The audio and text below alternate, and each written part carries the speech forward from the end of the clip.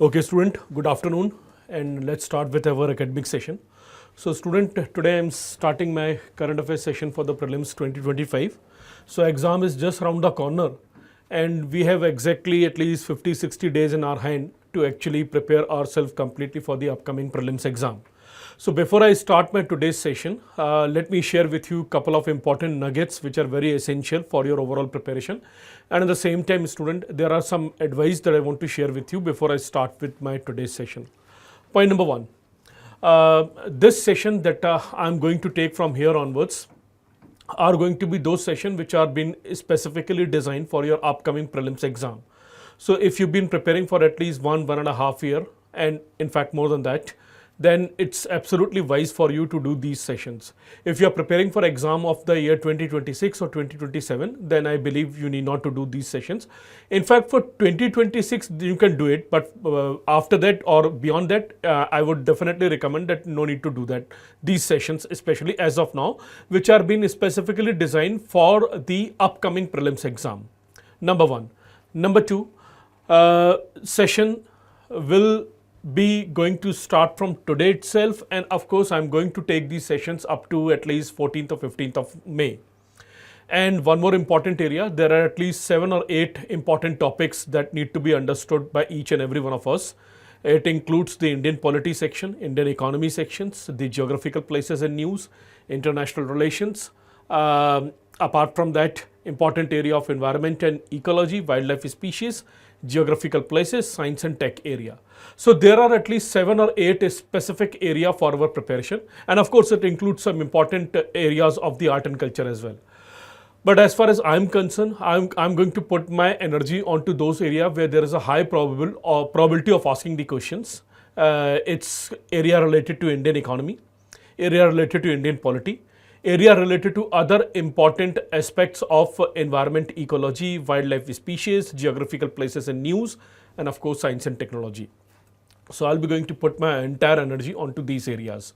Towards the end of the session, I'll give you some important topics that need to be mastered by you as far as international organization and some important issues related to art and culture are concerned. Because I firmly believe that by the time of 14th or 15th May, I'll be going to cover all important areas of economy, polity, government schemes, geographical places and news or environmental places and news. Other than that, science and technology section, environment, ecology. International organization and art and culture topics I'll be going to give you for your home assignments. And whatever session that I'll be going to share with you, please make sure that you are going to revise as soon as the possible. The moment I'm going to finish my session, keep on revising it as soon as possible, because you'll not get enough time to revise towards the end of the session itself or towards the end of your preparation itself. So by the time I'll complete my first session, you should revise it instantaneously. By the time I finish my second, third, fourth session, so you need to revise it as it is. Do not wait for some other day or do not wait for completion of the classes, because you will hardly get any time after the completion of classes to revise all those important things that I'm going to share with you. So these are the important things that you need to keep it in your mind. Classes will always start at 11:45 a.m. sharp. And student, I'm going to take at least 2.5 hour session with you. Although I firmly believe that doing 2.5 hour session online is a very difficult task to do, because right now I do not have any offline classroom to take the sessions over there. So I'm taking your sessions in the online mode. Please make sure that you are going to be attentive throughout those 2.5 hours. So without wasting any time, let's start with our academic session. Let me write the topic number 1, the issues related to Indian economy. So let's look into issues related to Indian economy. Let's look into topic number A.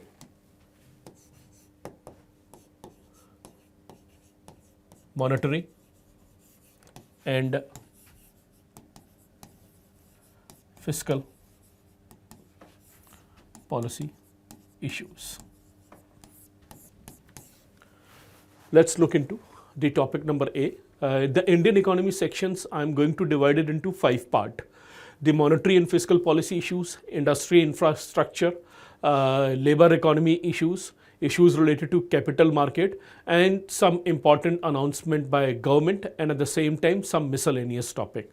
So let's start with the topic number one, perhaps the most important one, the monetary and fiscal policy issues. So let's look into few important topics which I am going to cover in today's session. Monetary and fiscal policy. Number one,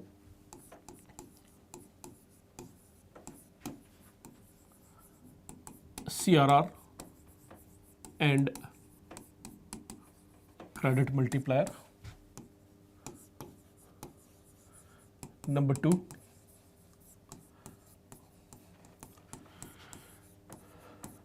credit deposit ratio.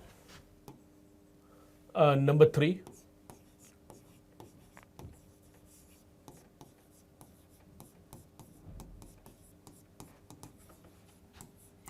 money multiplier trend in India. Credit deposit ratio, money multiplier trend in our country. Monetary Policy Committee stance in 2024-2025.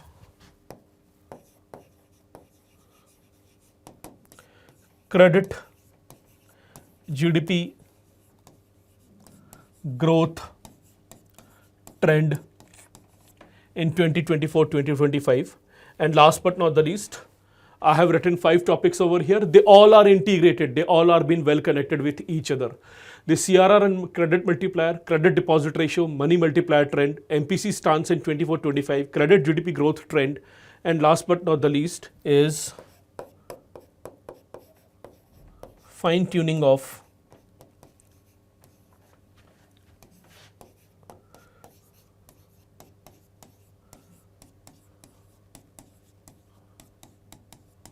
repo operation.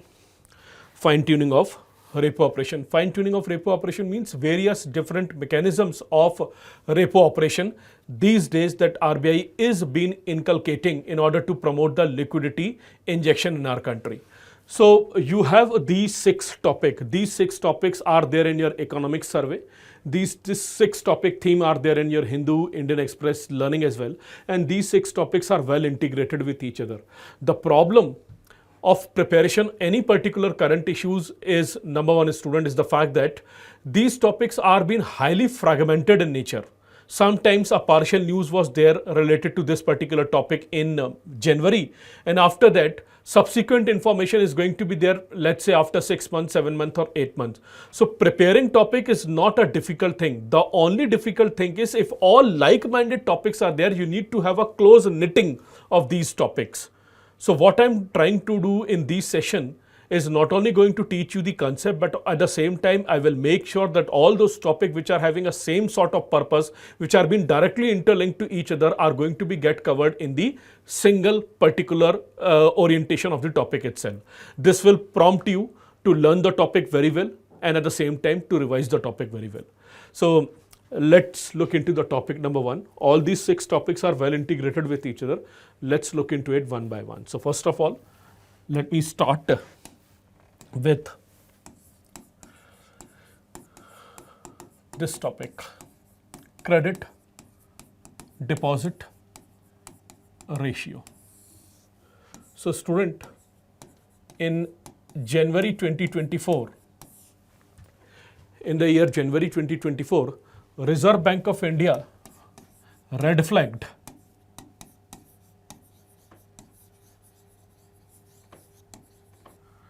Reserve Bank of India red flag a very high credit deposit ratio of Indian banks. It red flagged, and red flag means RBI was showing certain discomfort towards a very high credit deposit ratio which Indian banks were maintaining it. Now first of all, high credit deposit ratio is a terminology that we often use in the Indian banking industry, but as far as a growing economy like India, up to certain extent, we need to have a high credit deposit ratio, but a very high credit deposit ratio beyond a certain limit is definitely going to pose a huge amount of liquidity crisis in the days to come. So Let's look into this particular topic. Why in the year 2024, to be very precise, in the month of January 2024, Reserve Bank of India decided to red flag the high credit deposit ratio of Indian scheduled commercial banks. And right now we are into March 2025. What is the current status right now? The current status is we used to be a very high credit deposit ratio in the month of January 2024. It has been completely transitioned from high CD ratio to low CD ratio right now. So this is where the question is going to be asked in front of you. How India has positioned herself, or Indian banking industry has positioned herself to transformed from high CD ratio to the low CD ratio. How they have managed to do it. What all different things they have adopted, what all different instruction RBI has given it to them to make sure that the Indian banking industry is going to transform from high CD ratio to the low CD ratio. How they have managed to do it, and what all are the important concepts related to high CD ratio. Let's look into it one by one. So this is the important area.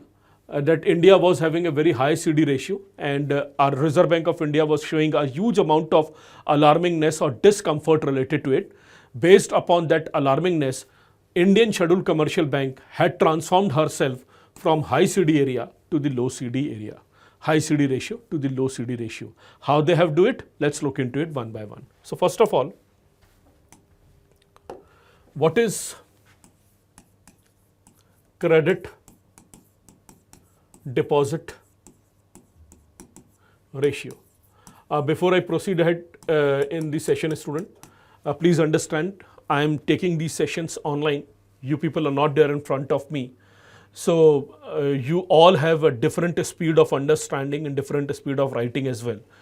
But at the same time, since you people are not there in front of me, so I will dictate the topic, I will dictate the understanding of the topic. At the same time, when it comes down to some important definition, I will dictate it to you as well. I'll be going to be very slow in terms of dictating the definition, so that you all can actually write the definition properly, and then after that, you can concentrate onto whatever things that I'm going to explain it onto the whiteboard. One more important thing, I guess facility is available, so I'm going to explore that particular facility. My technical team has just informed me that whatever that you are going to write it on the board, the files related to this, these things that I'm going to write it on the board are going to be available for students to download it. So I'm going to make sure whatever stuff that I'm going to write it onto the board are going to get downloadable as well. So after the class, you'll be going to have the opportunity to download the content as well. But at the same time, when you are doing the session, please make sure that you are going to be highly attentive to grab the concept. So please write the definition of credit deposit ratio. Please write. Credit deposit ratio is a ratio of, credit deposit ratio is a ratio of how much a bank lends out of the deposit. How much a bank lends out of the deposit it has mobilized. It has mobilized. How much a bank lends out of the deposit it has mobilized. So I would rather say CD ratio equals to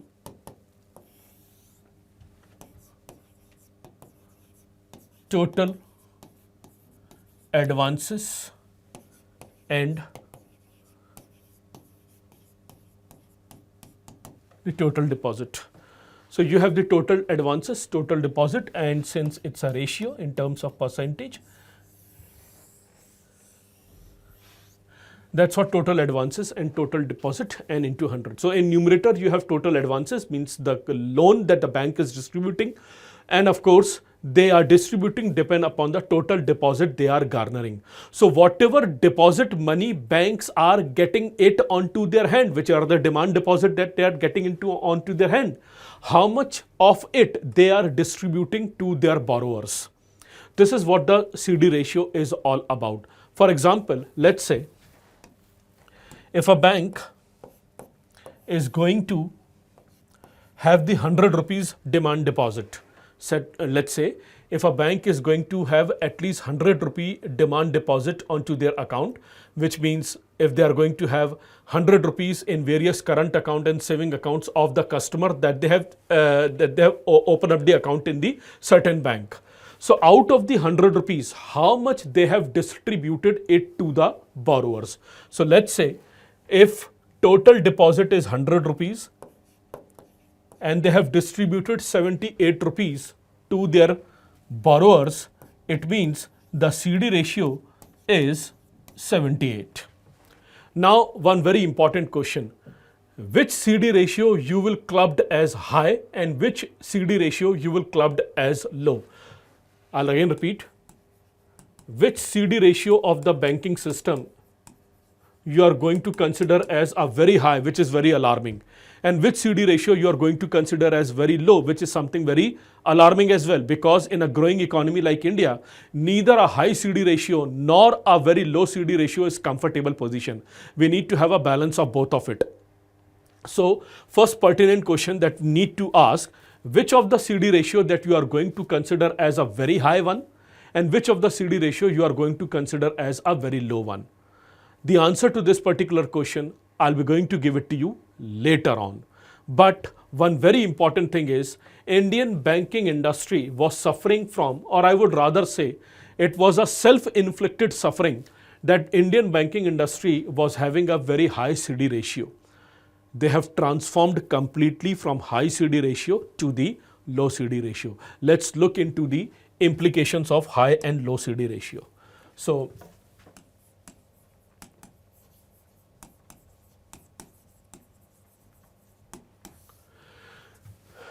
let's look into the implications or inferences of the high CD ratio. What do we mean by high CD ratio? So high CD ratio means advance upon deposit into 100 and it is very high, or if it is going to be high. What exactly we mean by high? Student, to be very honest, Reserve Bank of India says that a CD ratio of 65 to 75 is considered to be a balanced one. If the banking industry cumulatively are managing the CD ratio of around 65 to 75, then it is considered to be a balanced one. If it is going to be less than 60, less than 65, less than 60, 55, then it is going to be considered as a low one. And at the same time, if it is going to be way beyond 75, then it is going to be considered as high one or an alarming one. Both of the situation need to be avoided in order to have a very fruitful functioning of the banking industry. So RBI says that 65 to 75 should be a balanced one, although it is not a macroprudential norm. I hope you know what do we mean by macroprudential norm. One more important thing is, student, throughout the session, I will have certain presumption. I will have certain presumption.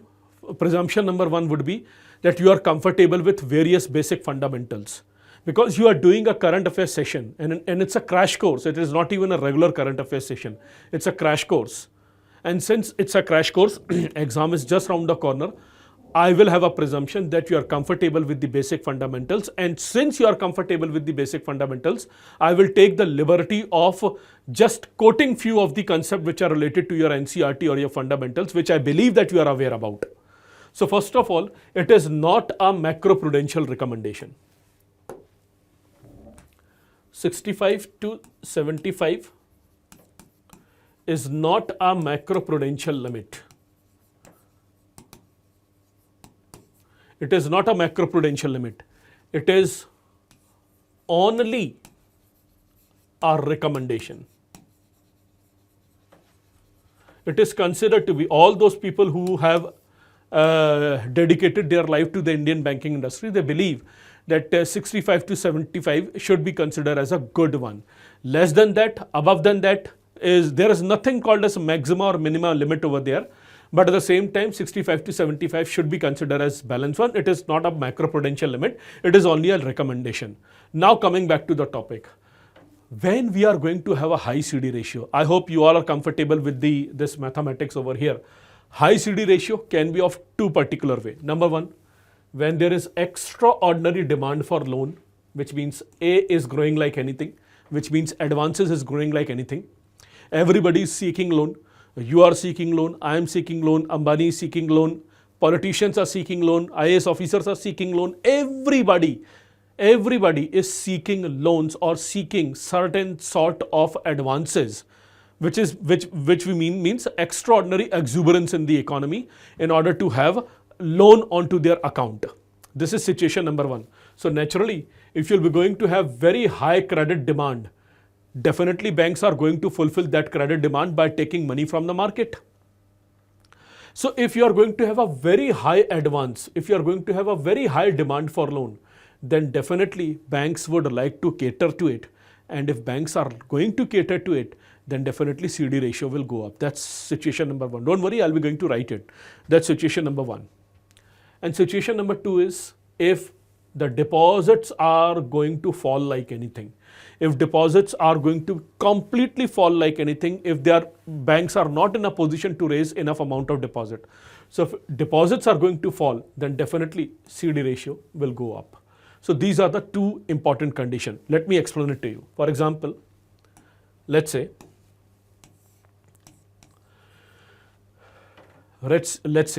the deposit is 100 and advance is 70 and deposit ratio is 70, or student 70 upon 100 into 170.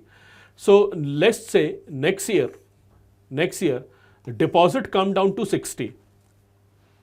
Deposit comes down to 60 and advance or loan remains at 70. So don't you think it's a situation of high CD ratio? It's a situation of high CD ratio where deposit has fallen down drastically, where there is no change. There is completely no change in the advances here. So this will definitely going to prompt, because in this particular situation over here, I'll be going to have a very high CD ratio. So this CD ratio is definitely not recommended. It's a very high CD ratio, not recommended. Situation number one, let's say deposit remain at 100,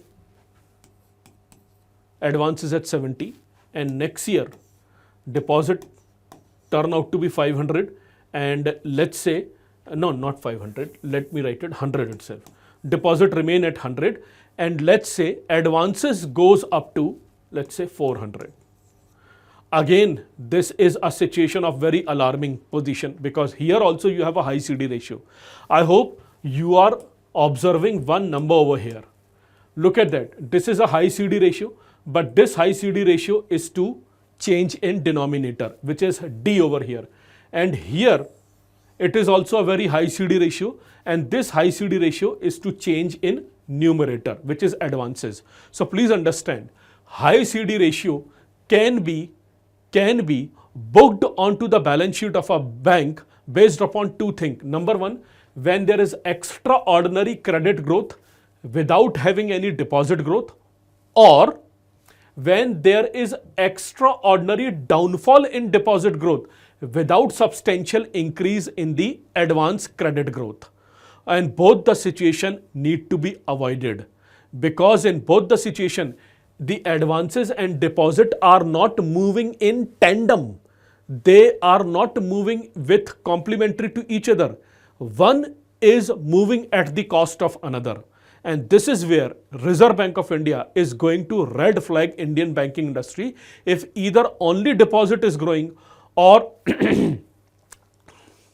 if either only deposit is growing or only advances are growing, both need to be avoided. Or if deposits are falling at a very rapid pace, this also need to be avoided. And these type of situation leads towards a very important concept, which is known as CD ratio. To be very precise, the first part of CD ratio, high CD ratio. So let me write it over here. Can I write into the next slide? Let me repeat it. I hope you are comfortable with the pace of the class. I hope you are comfortable with my explanation and pace of the class. This is how I'll be going to move ahead with the session. So high CD ratio is basically advance upon deposit into 100, and high CD ratio is an alarming one. Why exactly? I have already given you the description over here. Now let's look into the postulates related to high CD ratio. So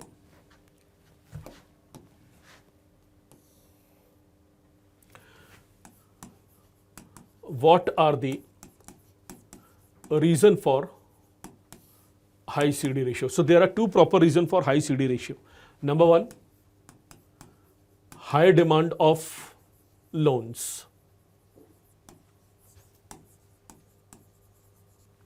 Number one is going to be very high demand for loans, that people are asking for loans at any time, whether it is industrial people, household, private people, service industry, everybody is seeking loan. So naturally, if everybody is seeking loan, the banks are going to fulfill those demand. Apart from their deposit, they will seek more deposit from the market and they will distribute it to their customer. So this is high demand for loan. So high demand for loan naturally is going to have a very high CD ratio. And the second situation is banks are not able to generate enough deposit. I hope you are very comfortable to answer this particular question. Out of these two reasons, which is the most important reason as far as the Indian economy is concerned? Banks are not able to generate enough deposit. This leads towards the high CD ratio, or the reason number one, the high demand for loans. Now student, our real GDP growth, real GDP equals to nominal GDP minus inflation. So our real GDP growth is hovering around 6.5%. Credit demand is there, but it is a subdued credit demand. The consumer confidence is very less these days. I hope you all are aware about one very important thing, the demand side of GDP.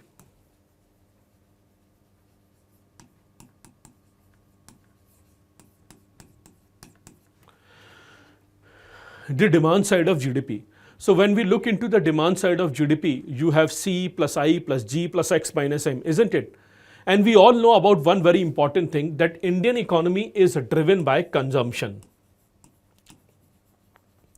Indian economy is driven by consumption, especially the private final consumption expenditure, which is somewhere around 60% of our total GDP itself.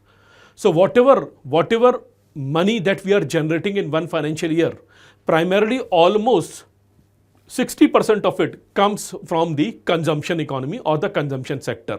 Now in the past at least 2-3 years, especially at the outset, when there is a war going on in the two important geographical region of the world, Israel-Hamas war is going on, Middle East is always in turmoil, and at the same time Russia-Ukraine war is still going on, although there have been a lot of efforts from the American president to soothe down the situation over there, but still it is far away from being over. So you have the geopolitical risk. At the same time, the Trump administration is posing a lot of tariff threats. So keeping these things in mind, geopolitical tension is very high. When geopolitical tension is very high, the corporate company confidence is very low. And when the corporate company confidence is very low, I can easily say, student, there is not a situation of extraordinary demand of loans. Sorry. So there is not a situation of extraordinary demand of loans. So let me rule out the reason number one, extraordinary demand for loan, let me rule out. Let's look into rule number two, which is banks are not able to generate enough deposit. And to be very precise, student, this is the primary reason of a high CD ratio in Indian economy. These days, banks are not able to generate enough amount of deposit from their customers, because customers are not having massive amount of disposable income. And since they are not having a very disposable amount of income, they are not in a position to go ahead and deposit their money in various demand deposits like current account or saving account. I'm not talking about term deposit, I'm only talking about demand deposit. So this is the reason number one, and this is the most important reason why our banks were having a very high CD ratio in the year January 2024, because demand deposit was not up to the mark and loans were increasing, but loans were primarily increasing to those people or to those groups which were having a very high amount of risk associated with it. I'll come back to this point later on. First of all, let me explain it to you once again. High CD ratio can come from two important things. Number one, extraordinary exuberance in the economy. Everybody is very happy. Everybody's income is going at a very rapid pace. Suppose that on an overnight basis, if your income is going to increase from, let's say, 1 lakh to 5 lakh, then definitely you will seek more loans because you are very comfortable with the amount of money that you are generating every month. So you'll be going to have a big car, you'll be going to have a posh area, a home, you'll be going to make sure your kids are going to study in international school, so on and so forth. Is it a situation in Indian economy? Answer is no. No, not at all. High demand for loans is not coming from exuberance. High demand for loans actually comes from two ways. Number one, it comes from exuberance or it comes from desperation. Now you will answer it, which part of economy we are having it right now. Is it an exuberant situation or it's a desperate situation? So forget about point number one. Come down to point number two. Point number two is more precise for Indian economy these days because banks are not able to generate enough amount of deposits. They are not in a position to generate extraordinary amount of deposit from their customer because customers are not having disposable income as of now.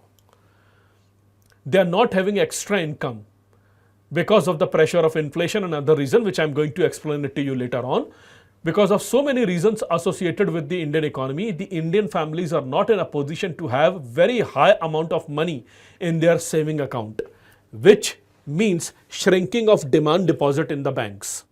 And when there is going to be a shrinking of demand deposit in the banks, then mathematics will do the ratio turnaround. It is A upon D. And if D is not going to be very high, then definitely CD ratio will go up. So this is the concept number one, why we were having a high CD ratio. Is it related to high demand of loans or banks are not able to generate enough deposit? Obvious, it's quite obvious. The second reason is the primemost reason. Banks are not able to generate enough deposit. Let's look into the contrarian point of view.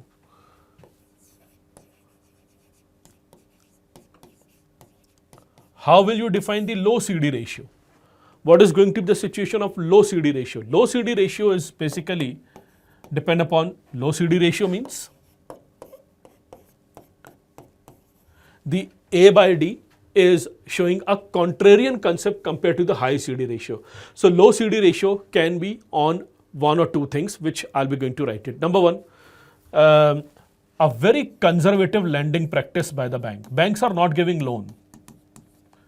Banks have decided that no new loans are going to be distributed to the customer. They have the deposit, but they've decided no, that we are not going to distribute these deposits as a loan to our customers.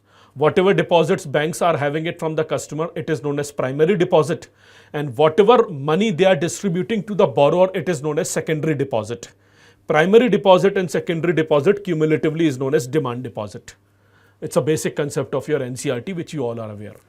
So let's say banks were having, let's look into some numbers. Let's say banks are having total deposit of 100 and this year they are distributing 70. But next year they are still maintaining 100, but this year they've decided to distribute only 60. So as you can see, no change in the deposit, but due to the conservative lending practice, due to the reduction in the lending practice, the total number of people who are availing the loan facility from the bank is being drastically reduced. So this is point number one, conservative lending practice. That's point number one. Point number two, where we can have a low CD ratio. When banks are having a very low risk appetite. Banks do not want to take the risk. They are having a very low risk appetite. They do not want to take the risk. Low risk appetite is there. Whosoever is the customer coming into them, they are not interested in giving them loans. They are not interested in giving them new loans. And as a result of it, their CD ratio is coming down drastically. And to be very honest, if there is not going to be enough amount of consumer confidence in the economy, if consumer confidence in the economy is entirely missing, people are not creating new shops, new establishment, new factories, people are not seeking home loans and all, then definitely the risk appetite of banks are also going to be very limited. So automatically it will reduce the credit deposit ratio. So you have the reason number one, conservative lending practice. You have the reason number two, low risk appetite of the bank. And the reason number three, look at the mathematics. The reason number three can be more appetite. Let's say deposit is going to increase overnight. You'll be going to have unbelievable amount of deposit coming from Indian families. So if deposit goes up, CD ratio is inversely proportional. If deposit goes up, CD ratio will come down. So this is the reason number three. Reason number three is a very high deposit. Now please answer me, which is the primary reason of the one question that I have asked initially. In the month of January 2024,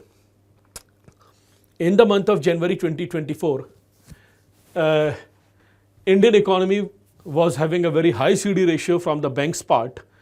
In the month of March 2025, right now, we are having a low CD ratio. So what are the primary reason of low CD ratio? Is it related to very high deposit? बहुत सारा पैसा जमा करा दिया क्या लोगों ने? Is it related to very high deposit? Answer is no, it is not related to very high deposit, because I've already told you the consumer confidence in Indian economy is suffering right now. Our economy is having 60% from the private final consumption expenditure. Although, please, there is a government data which I am going to share it with you in a couple of days, which is the consumption expenditure survey, household consumption expenditure survey, HCS. So government is claiming that people income are increasing. But the question is, if people income are really increasing, then why it is not replicating in the deposit growth of banks? The deposit growth of bank are not showing the clear picture. So reason number three ruled out. It is not a situation of very high deposit in Indian economy which is prompting the CD ratio to go down. So point number three ruled out. What is point number one and point number two? Yes, student. Point number one and point number two are the primary reason as of now. This is the trend. Our banks are having a conservative lending practice in the past at least one and a half year, primarily due to very high repo rate, and at the same time primarily due to primarily due to Reserve Bank of India certain instructions, which I'll be going to show it to you later on. So reason number one, banks are having a conservative lending practice in the past 1.5 years. Reason number two, low risk appetite of banks, because the consumer confidence and industrial outlook survey is not showing a picture of exuberance. It is showing a picture of wait and watch or having a cautious optimism. So everybody is having a wait and watch situation. What are the wait and watch situation? First situation, let Russia, Ukraine do the compromise or ceasefire. Let Israel, Hamas settle the issue. Let the 2nd of April is going to be a very important date for the world economy, because Trump administration is going to start the tariff regime from the 2nd of April, and India is definitely going to be a net sufferer of it. So banks are also watching in a wait and watch mood. So as a result of it, the CD ratio has been reduced due to conservative lending practice, not distributing loan to everyone, and at the same time low risk appetite. So these are the two reasons over here. So please keep this slide in your mind. Why we were having a very high CD ratio? Because in the month of January 2024, banks were not having enough amount of deposit. Demand for loans was there, but at the same time, banks were not able to generate enough amount of deposit. That was the primary reason. Point number two, in the past 15 months, they've managed to decline their CD ratio based upon two things: conservative lending practice and low risk appetite. Now, question remains same. One question remains same. I hope you are observing the class very sincerely over here. One question remains same. And the question is, your CD ratio has been declined, but the major malaise of the economy, the major problem of the economy is not being resolved. And that major problem is from where we are going to have a next generation of deposit growth. That's what today's session is all about. Today's session is all about having a deposit growth in Indian economy, from where we can get our mojo back. from where we can get our deposit growth back. Because CD ratio has been declined. So on paper, statistically, banks are maintaining a very good balance sheet because CD ratio has been declined. But the problem persists, and the problem is, where is the deposit growth? So deposit growth need to be encountered, deposit growth need to be supported. So student, this is what the topic number 1 is all about, related to high CD ratio and low CD ratio. Let's look into next part of this particular topic. Risk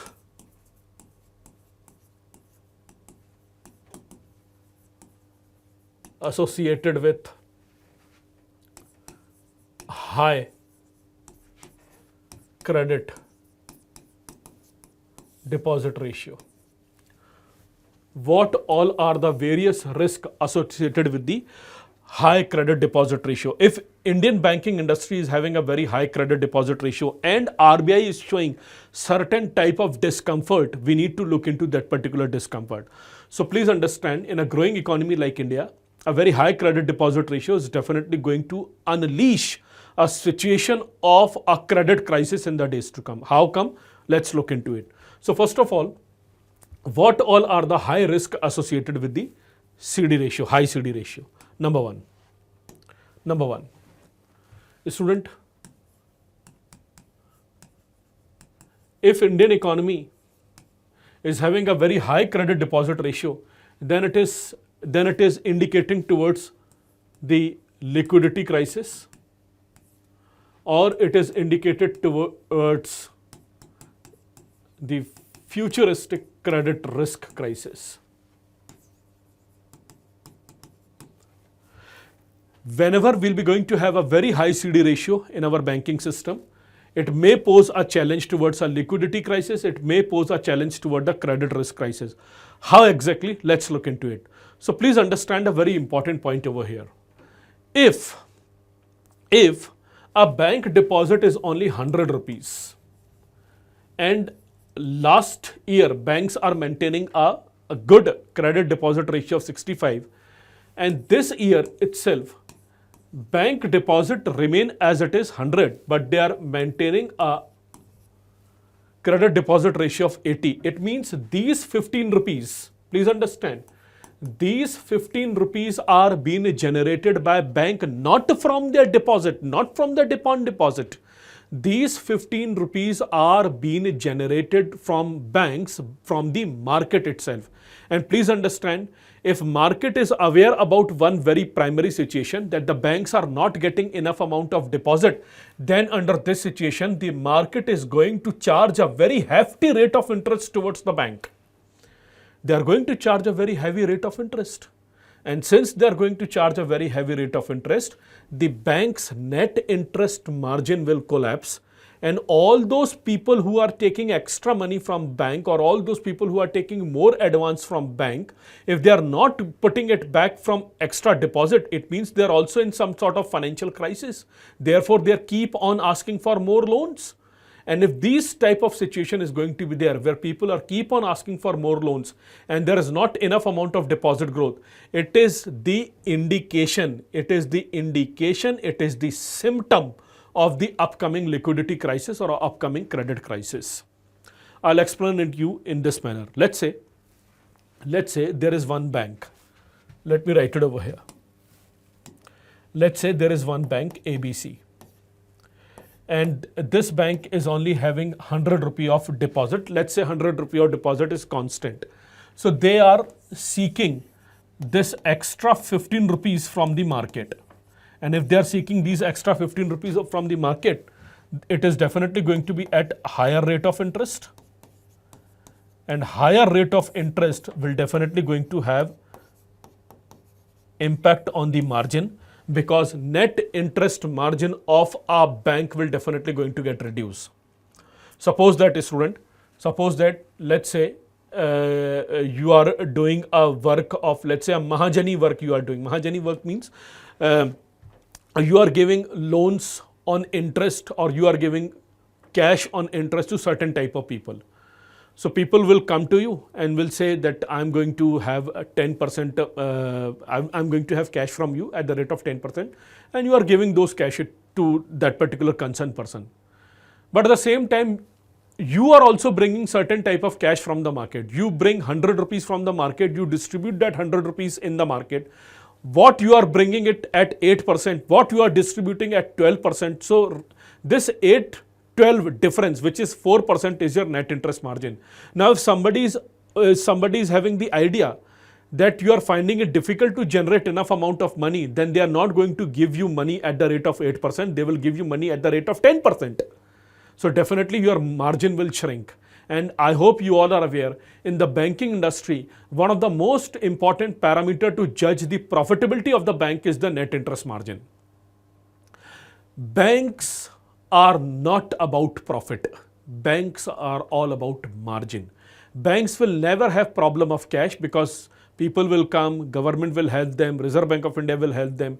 It is all about their cost of fund. So if banks are not getting enough amount of deposit, but they are still distributing more money in the market, it means their cost of fund is very, very high. Their borrowing fund is very, very high. And if the borrowing fund is very, very high, their net interest margin will reduce, which will definitely going to pose the risk crisis in the future. So point number 2, student. If banks are having a very high CD ratio, it is giving the direction towards liquidity crisis. It is giving the direction towards credit risk crisis. It is actually giving the direction towards net interest margin. The net interest margin of a financial bank will definitely going to have a huge pressure because of high CD ratio. So always remember, whenever there is going to be high CD ratio, net interest margin of banks are going to suffer a lot. And definitely, when net interest margin will suffer, bank cost of fund will increase. If cost of fund will increase, MCLR is definitely going to increase. Their marginal cost of lending rate will definitely going to increase because they are having a very high cost of fund. So overall in the economy, the loans will become more expensive. If bank's cost of fund is going to increase, net interest margin is going to decrease, then marginal cost of fund based lending rate, overall we are going to be the overall borrower of the loans. We have to pay out more interest to the banks because they want to manage their profitability. So this is going to be the problem, students. So what are the risks associated with the high CD ratio? It is suggesting a liquidity crisis, credit risk crisis, downfall in the net interest margin, increase in cost of fund or borrowing. Point number 3, a high CD ratio is also indicating one thing, which is that credit growth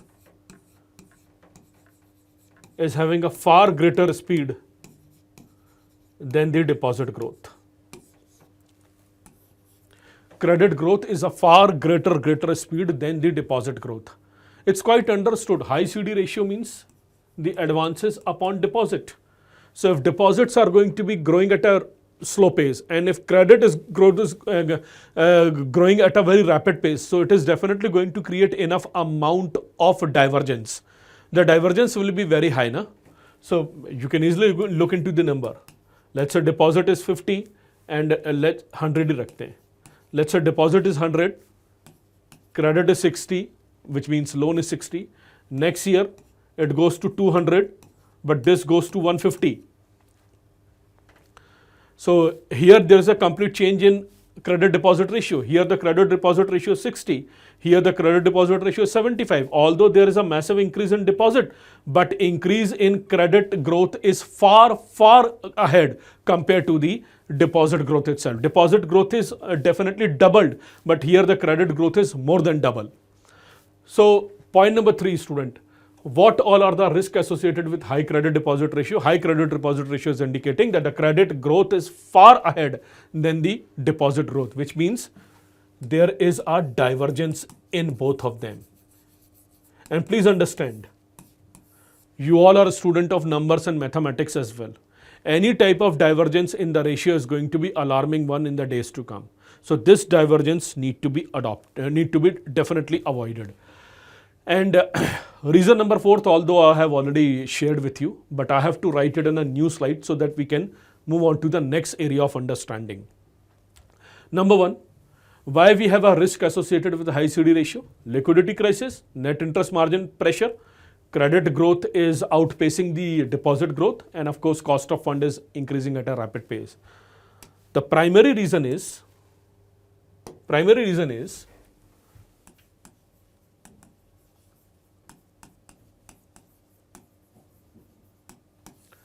we are having a very high CD ratio because deposit growth in the banking system is entirely missing. Deposit growth in the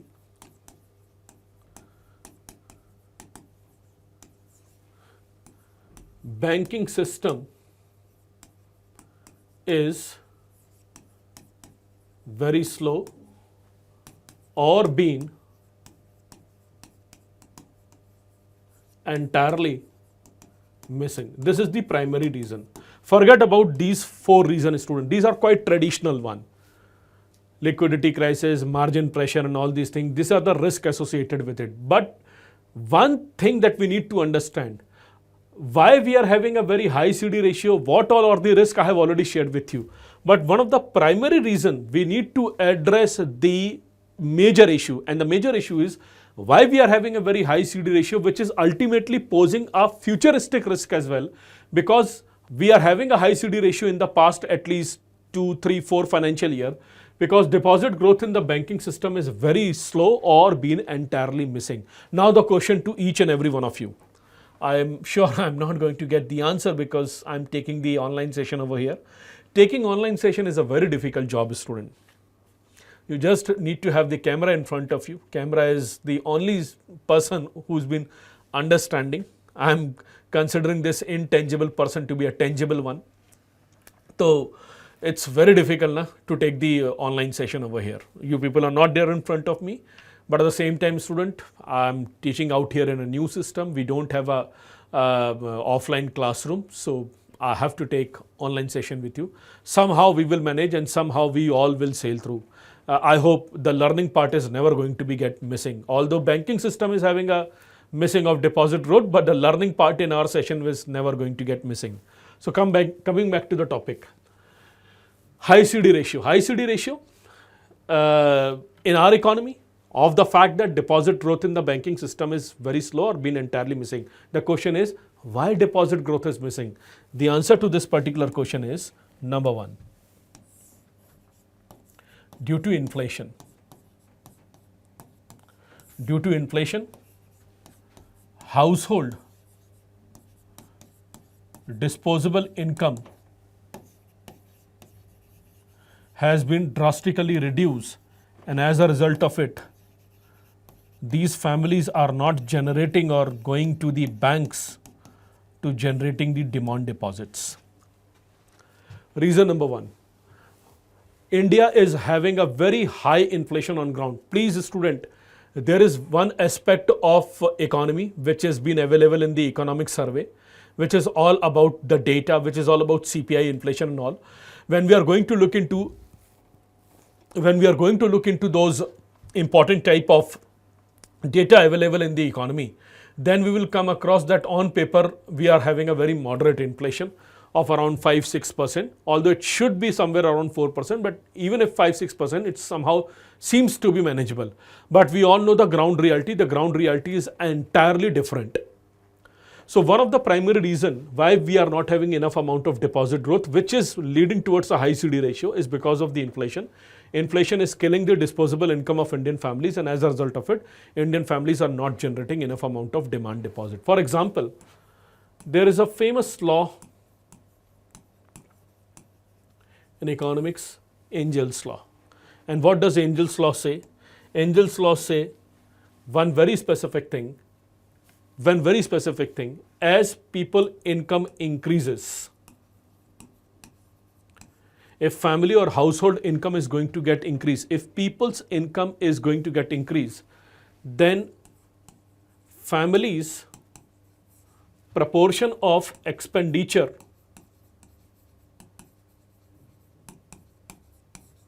on food and essential items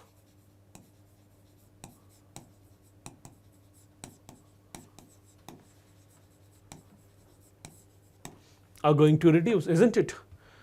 It's a very practical law which says if family's income or household income are going to increase, then the proportion of expenditure on food and essential items are going to get reduced. It's very pertinent, it's very essential, and it is pervasive. You can easily observe this particular point. For example, let's say if the family's income is, let's say, 40,000 rupees, and out of those 40,000 rupees per month, the family is shelling out, let's say, 15,000 rupees, let's say 16,000 rupees. The family is shelling out 16,000 rupees on dal, chawal, sabziyan, and of course school fees expenditure and all those important essential items. So here the family's total quantum of expenditure on essential item is 40%, isn't it? It is 40%, because definitely they'll be going to have their kids studying in some schools where fees is not very high, limited. The consumption of them is also going to be limited. The kind of vegetables that they are eating, the kind of pulse that they are eating, the kind of other protein material or the carbohydrates that they are eating is also going to be having a limited expense. So out of the 40,000, let's say they are shelling out 16,000 rupees, and that's 40% of the total income. Let's say if the family income is going to get increased up to 2 lakh rupees. Now 2 lakh rupees does not mean that the family is going to shell out 80,000 rupees on daily expenditure, because please on some essential items. Because please understand, once the family income is going to increase, their lifestyle will increase. But lifestyle will increase up to a limit. Beyond that, it's all going to be saving.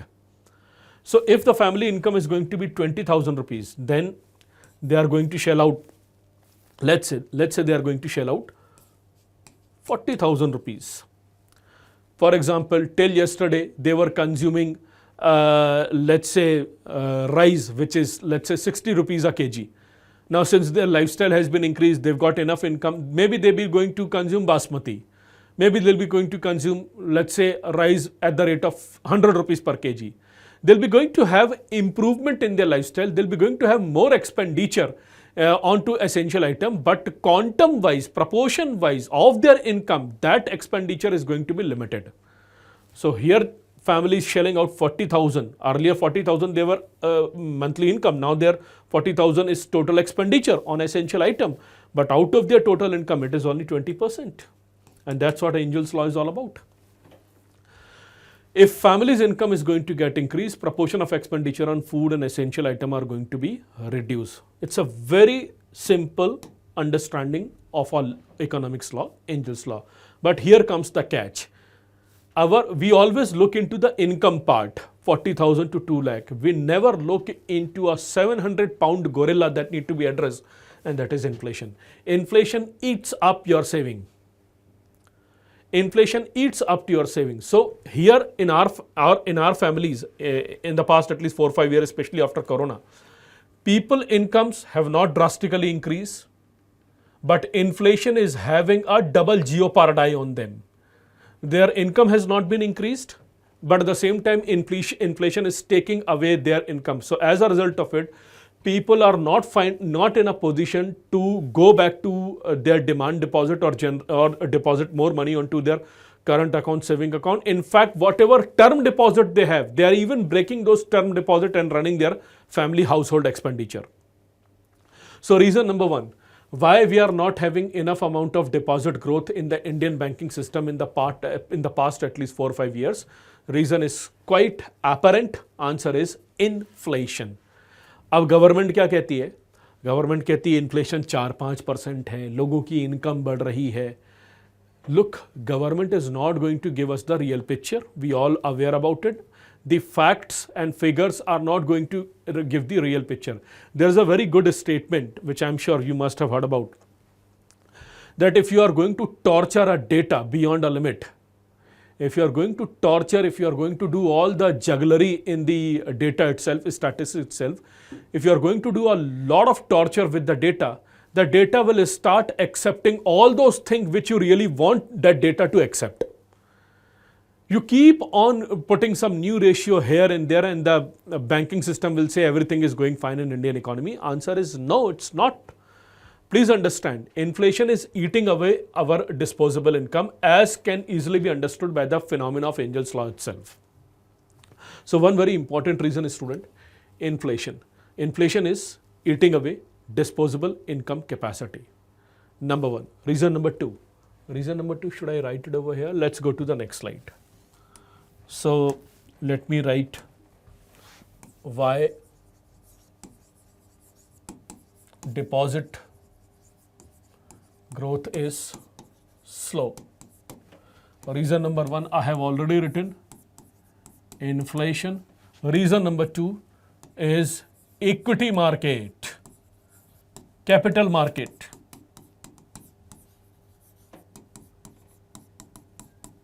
Reason number two is, student, the middle class families, the upper middle class family, middle class families are transferring their income to the capital market. It's a massive change in the Indian economy. So one of the most landmark event that had happened after the corona is the financial awareness. Financial awareness of not about earning money, the financial awareness about that putting your money in FD is definitely going to kill the value of your money. Because right now there are hundreds of influencers, hundreds if not thousands, hundreds of influencers are there in the YouTube which keep on saying day in and day out that please don't buy home, invest in SIP, please don't buy clothes, invest in SIP, don't buy iPhone, invest in SIP. Even these days some are even saying that don't even have kids, invest in SIP. And you have this phenomena going on in our country where young people are putting up 10,000 rupees, 15,000 rupees, 5,000 rupees, 20,000 rupees in mutual fund schemes, or they are directly buying these stocks because of the availability of the some low cost brokerage company like Zerodha, Grow, so many companies are there. So within the fraction of second, you are going to purchase shares of your favorite company, and at the same time it has all been interlinked with your account as well. So there is a massive amount of divergence of your saving account money. Instead of depositing your money to a fixed deposit or keeping it in your saving account itself, 10,000 भी पड़ा है डाल दो Reliance के share में. This is the phenomena that the young families or the families which are having kids which are under the age of 5 years, 7 years, 8 years, and at the same time the young people who are working in corporate companies, they are diverting their money to the share market, and as a result of it, it is quite natural. Results are there in front of us. The asset under management of the AMC companies are been increasing at a phenomenal pace. I hope you know what do we mean by AMC companies, asset management companies, and AUM is asset under management. So what is the asset under management of mutual fund company these days? I guess 70 lakh crore rupee. They are having a 70 lakh crore rupee of asset under management. If I am not wrong, I guess we have more than 50 AMC company in our country, and every AMC is having at least 100 types of mutual fund. So you can easily realize there are 5,000 types of 5,000 different mutual fund schemes. People are pouring their money. This money is directly investing into the equity market, and equity market is suddenly becoming the cynosure of the Indian middle class. आंखों का तारा बन चुका है middle class के लिए. Everybody wants to invest in the stock market, which is good for the investment savings in our country. But at the same time, it is bad for the banks, because banks used to get money in their savings account, which is considered to be a deposit for them, which is basically a demand deposit for them. But at the same time, it is now getting diverted towards the equity market. So reason number two, why we are not having enough amount of deposit growth in the Indian banking industry is because of inflation, is because of diversion of money to the equity market and capital market. Reason number three, poor wage growth.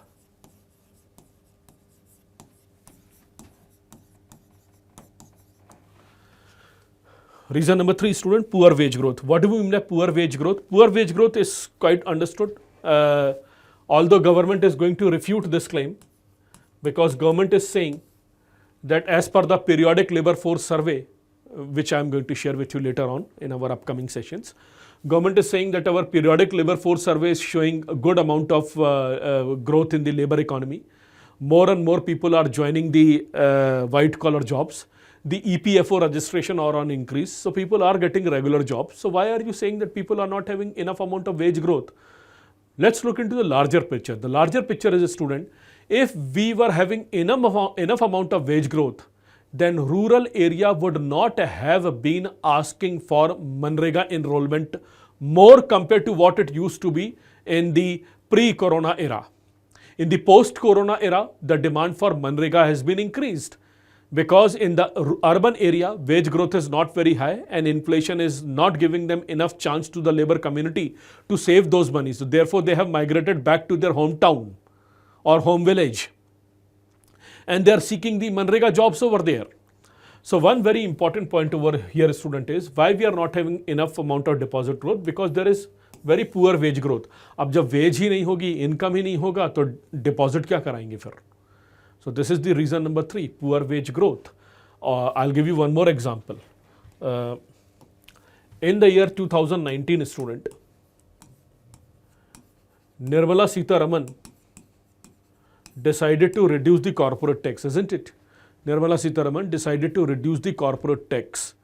So corporate tax of the companies have been reduced. It is now having a global standard of around 24-25%, especially for those companies up to the 400 crore rupee benchmark. They were having the corporate tax of around 25%. It used to be 33%, being reduced up to 25%, which is what Singapore or America is having it. But at the same time, the Indian corporate companies are being accused of not trickle down this savings of the reduction in corporate tax by increasing the wage growth of their employees. The Indian corporate companies have added more money to their profit account, but they have not transferred it to their employees.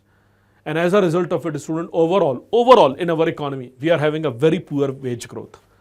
So due to inflation, due to equity market transferring of money or diversion of money to the equity market, and due to the poor wage growth, we are having a situation, student, of a very low deposit growth. And I need not to explain it to you.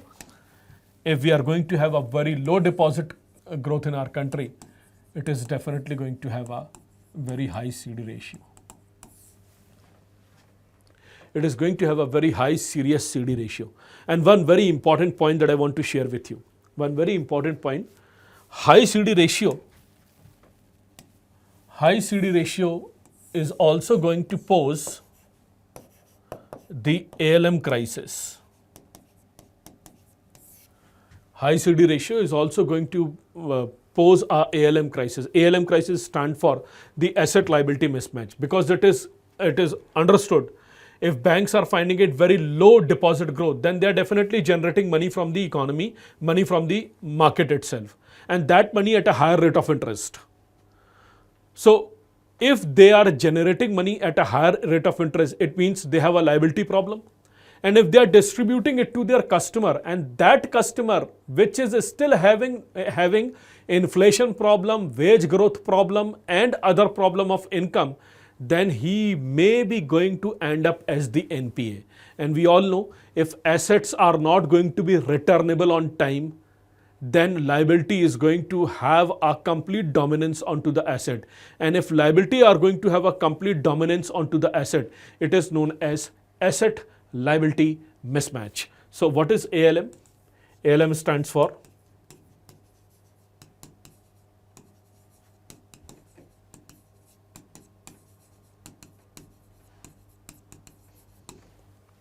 asset liability mismatch.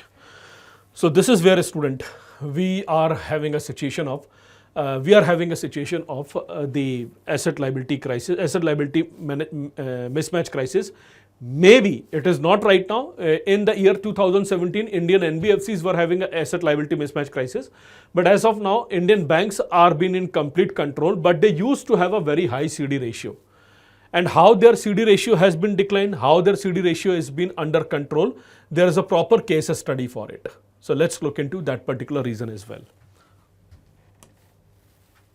So let me write one statement over here.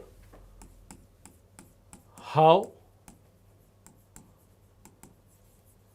high CD ratio of Indian banks transformed into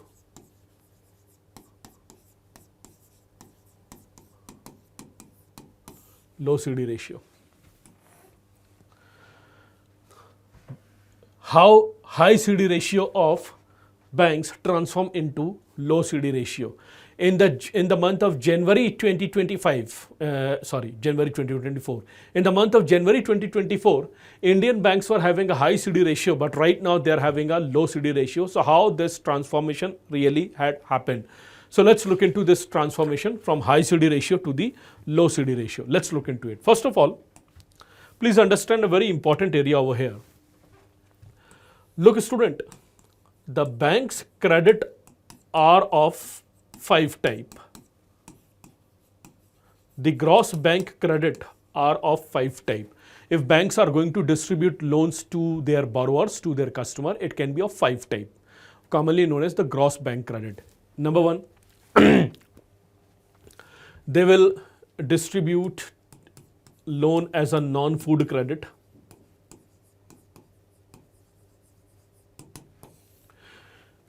They will distribute loan as a non-food credit. What do we mean non-food credit? Non-food credit actually means credit which is not been given to Food Corporation of India. So credit which is been given to Food Corporation of India is treated differently, and any other credit apart from Food Corporation of India for the agriculture sector is considered to be the non-food credit. So what is non-food credit? Credit apart from Food Corporation of India. That's non-food credit. Number 1. Number 2, personal loan.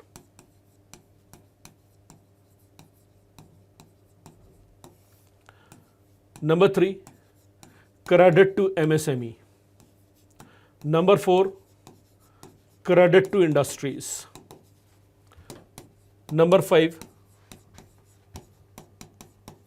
credit to services. For example, giving loan for a doctor to open his clinic, for a lawyer to open his chamber, so on and so forth. So let me ask you one very important point over here.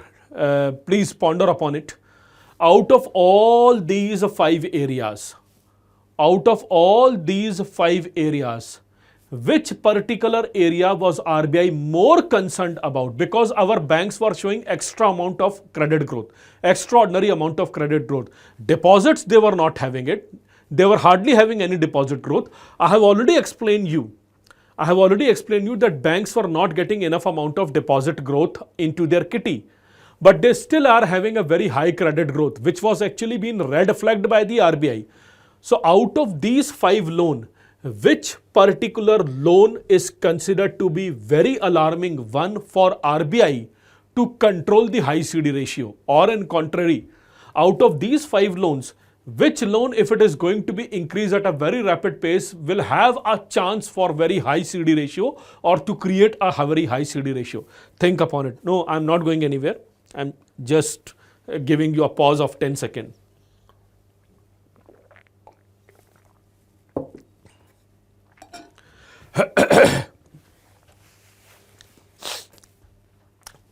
Out of these 5 categories, student, which particular loan is considered to be a serious one, which is considered to be responsible for a very high CD ratio of our banking system in the month of January 2024, which prompted the Reserve Bank of India to red flag it? Banks decided to follow the guidelines of Reserve Bank of India, and now we are in a position to move away from high CD ratio to low CD ratio. Very simple question. Out of these 5, which was RBI primary concern, which RBI believe that this type of loan is having the potential to convert CD ratio from a balanced one to a high CD ratio? Because deposits are not enough as far as banks' balance sheet are concerned, but still the credit growth is going very high. Out of all these 5, which one is the most serious one? You really want to have the answer? Even I'm interested in sharing the answer, but I'm going to share the answer from the page number 29 of your economics survey. The answer for this particular question is been there on your page number 29. So let me show it to you. Page number 29. I have already opened up the economics survey in a note manner. So this is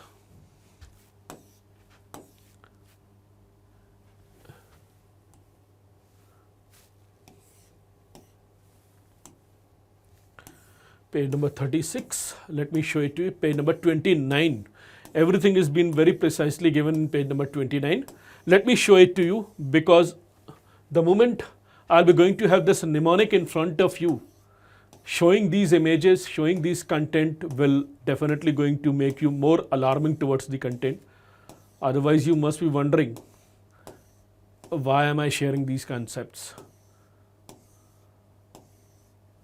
And here comes the concept, page number 29. Look at this particular line chart. I hope it is visible to you. I hope it is visible. I believe it is visible for each and every one of you. I can't see it on the screen, but I guess it is visible. So this chart is saying moderation in growth of bank credit to different sector. Look, everything is being here in front of you. What a beautiful chart which is suggesting everything. Moderation in growth of bank credit to different sectors. So different sectors are divided into 5. Non-food credit, industry, personal loan, credit to service, credit to MSME. And which was considered to be a very serious one. That's what the question I have asked you, which was considered to be a very serious one, which was responsible for a high CD ratio. The answer to that particular question is personal loan.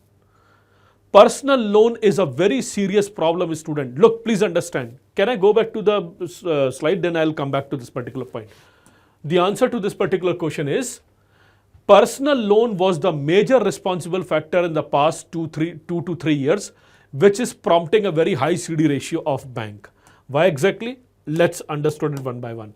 Are banks worried about non-food credit? Not at all.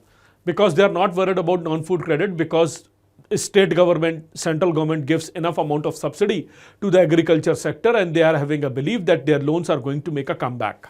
They are not worried about non-food credit. Are they worried about MSME? No, not at all. They give money to MSME, but they also have the insurity from CGT MSE. I hope you are aware about CGT MSE.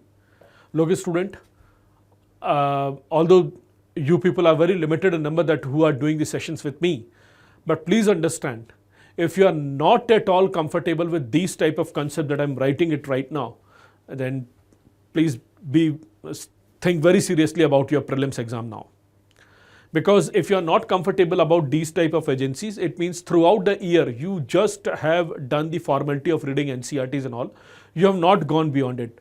Reading NCERT, reading coaching notes is only the 30% of the work. Rest 70% of the work is your awareness about how the economy is functioning. And for this, you are doing these classes, you are doing these economic survey, but at the same time, you need to be comfortable with these type of languages. So MSME sector, the banks provide loans to the MSME sector because we already have a SIDBI, which is one of the All India financial institution which gives loans to the banks, and banks ultimately gives loan to the MSME. And MSME loans are backed by CGT MSE. What is CGT MSE?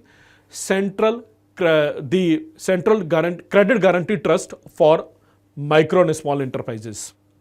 So central government has created one institution, Central Credit Guarantee Trust for Micro Small Enterprises. So this Credit Guarantee Trust will make sure that the banks who are going to give loan to the micro, small, medium enterprises will make a comeback.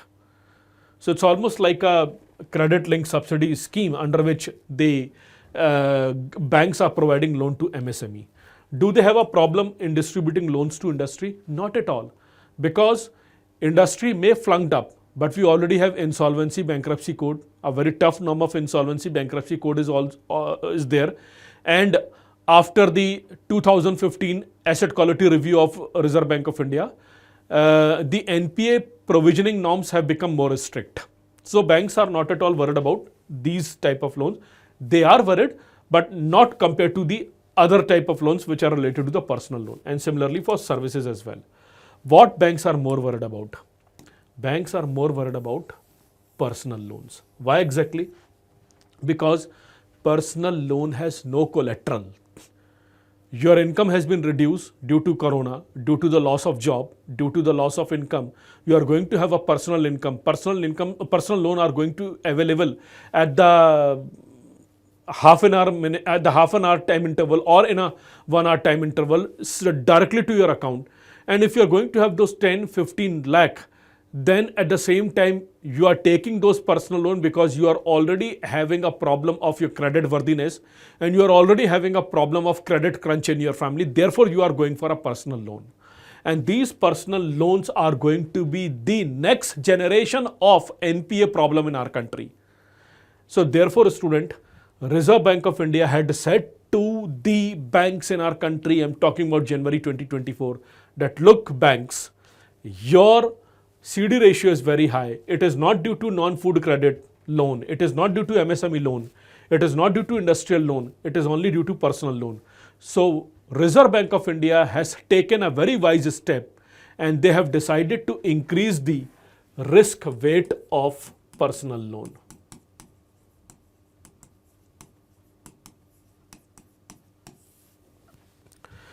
Reserve Bank of India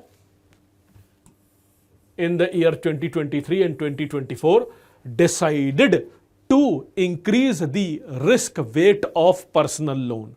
And since risk weight of personal loan been increased, the banks have taken the step of not distributing personal loan at a very higher pace. Their pace has been reduced, and as a result of it, the high CD ratio is now slowly coming down to the low CD ratio. So how India has transformed from being a high CD ratio country to a low CD ratio country? Answer is due to reduction in the personal loan distribution. Now going back to the economic survey. So look at over here. So all these categories of loans were being aligned over here. These 5 types of loan. Look at the distribution of the loans over there. Look at the moderation in the growth. They were having a 30% growth, 20% growth, 10%, 15% growth. It all been moderated towards the band of 10 to 15% in the year 2024 itself. And there is a very beautiful line. Let me cross check it in my economic survey, which I have read it somewhere. It's page number 29 here itself. That's page number 29. Okay, fine. Over here, there is one particular line over here. Let me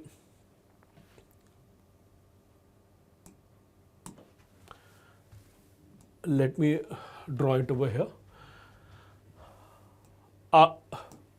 RBI had on 16th November 2023 raised the risk weight on unsecured loan by 25 basis point. This is what I want to share with you. So how our CD ratio has been reduced? Our CD ratio from high to transform to the low because of this particular step taken by RBI has been clearly written.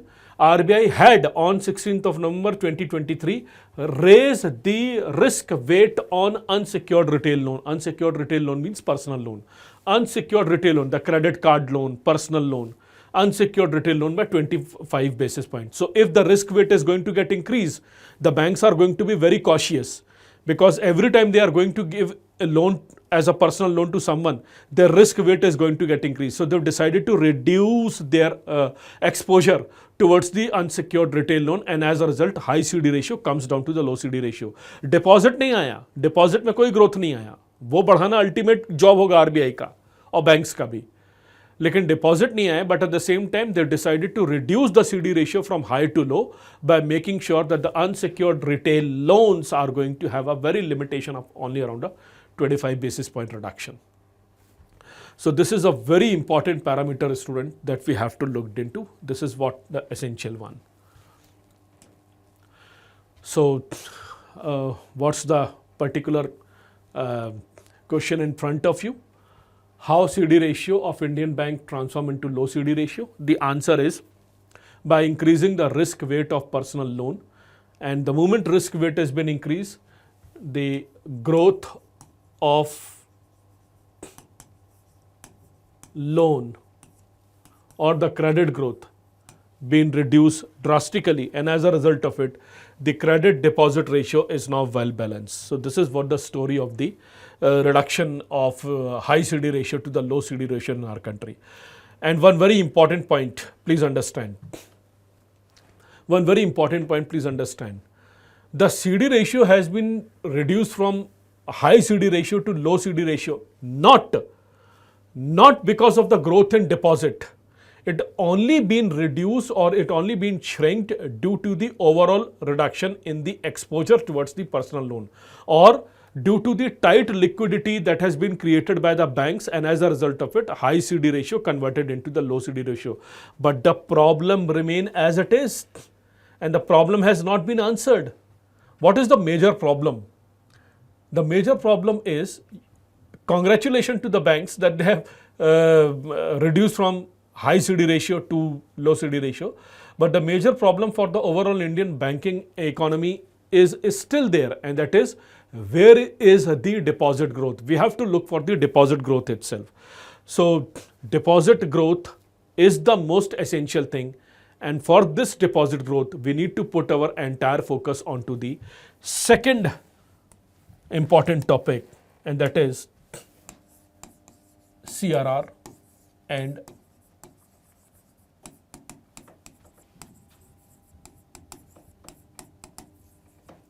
credit multiplier. So let's look into this particular area as well, CRR and credit multiplier. Before I proceed ahead, student, please write one very small statement over here, which is definitely going to act as the initial starting of this particular topic. Please write. It is very essential for you, so I would suggest you to write it as it is. These days, banks are refraining from aggressive lending. These days, banks are refraining. Refraining मतलब अपने आप को बचा रहे हैं, कतरा रहे हैं, बचा रहे हैं. These days, banks are refraining from aggressive lending and tight liquidity. These days, banks are refraining from aggressive lending and tight liquidity. Aggressive lending and tight liquidity. As a result, credit deposit ratio of our Indian banks, as a result, credit deposit ratio of our Indian bank, as a result, credit deposit ratio of Indian bank has been transformed from high to low, has been transformed from high to low, has been transformed from high to low.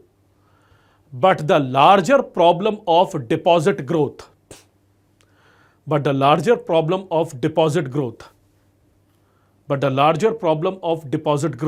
still persists. Larger problem of deposit growth still persists. This problem can be addressed. This problem can be addressed.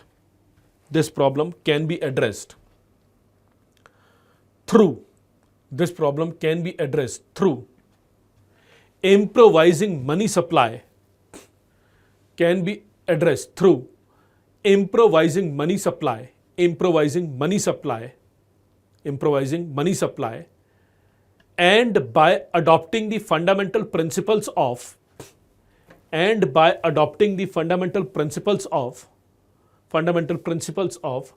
money multiplier or credit multiplier. Money multiplier or credit multiplier. Money multiplier or credit multiplier.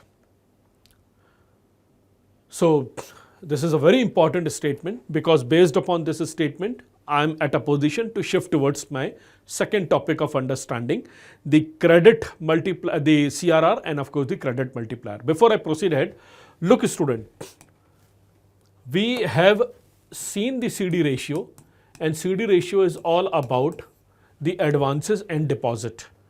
So with the efforts from the Reserve Bank of India, advances have been reduced. Fine. Welcome step.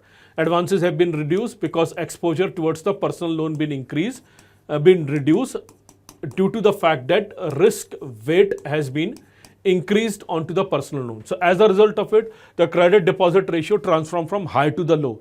But the larger problem is not, we need not to address the issue of the exposure towards the personal loan or towards the industry. The larger problem is where we will get the deposit growth scenario. From where we will be in a position to get the deposit growth scenario. Until and unless the deposit growth scenario is not going to be addressed, the problem will keep on hovering over us. So this is the situation that we need to encounter.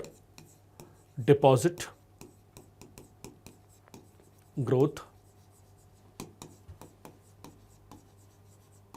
scenario.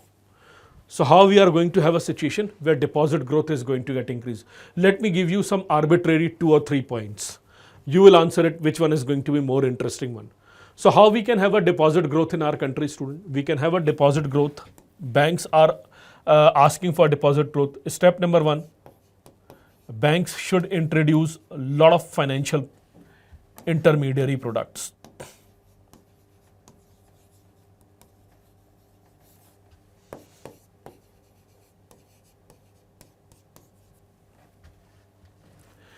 Banks should introduce a lot of financial intermediary products, a lot of good products, a lot of financial products, which are very essential for the banking industry itself. Financial intermediary products. So, can we ask about the financial intermediary products? For example, apart from the term deposit, that is the fixed deposit, if banks are going to have a lot of different type of product, which will prompt a common investor or a common person like me, like you, to put their money onto the banks itself. But the answer is very difficult. Because please understand, लोगों को ना equity का चस्का लग गया है आजकल तो student.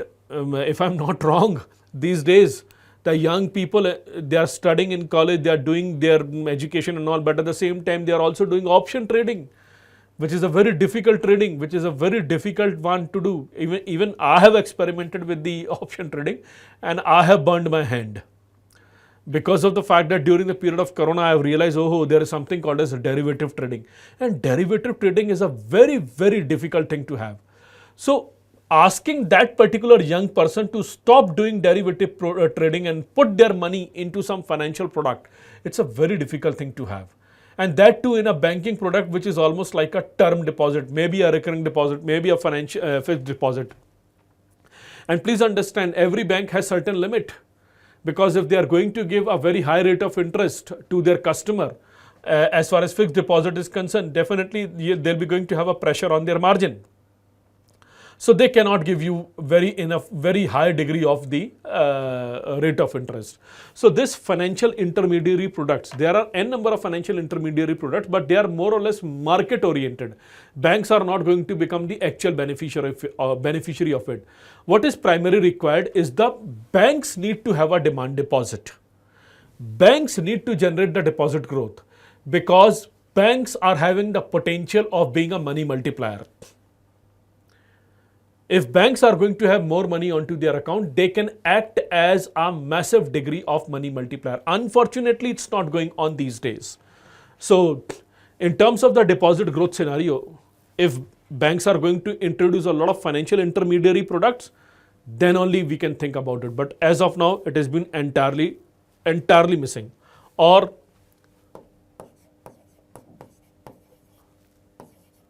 they can make term deposit more lucrative,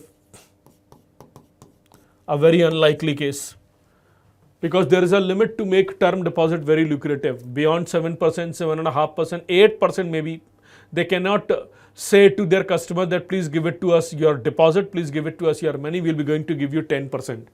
It's not possible. 10%, 11%, it's not possible because it's going to have a havoc into their net interest margin.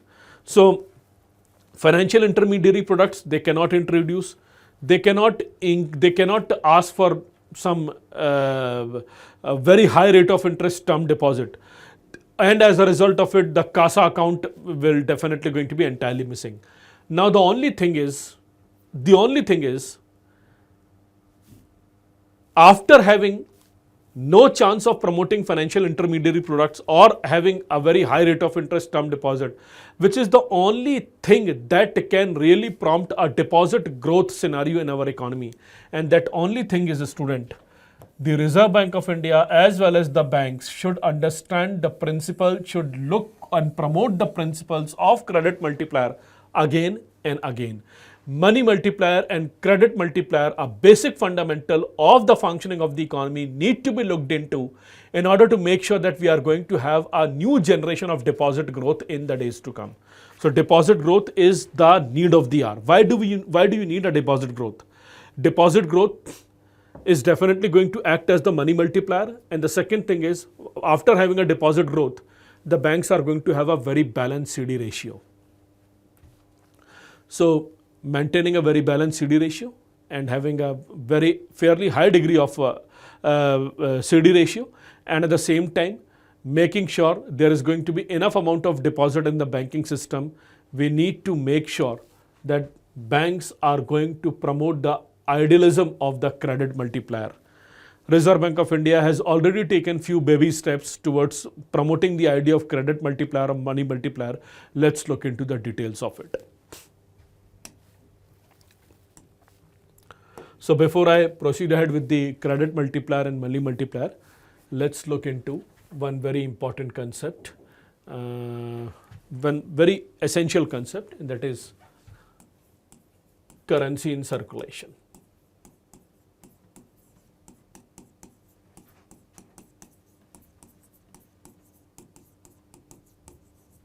So currency in circulation equals to few basic fundamentals which are essential. So based upon these fundamentals, I will proceed ahead with the topic. Currency in circulation equals to, when I say specifically currency in circulation, so currency in circulation equals to currency with public,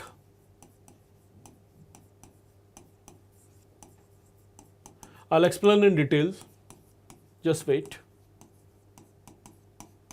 Currency with public, and apart from that currency with public, currency held by banks.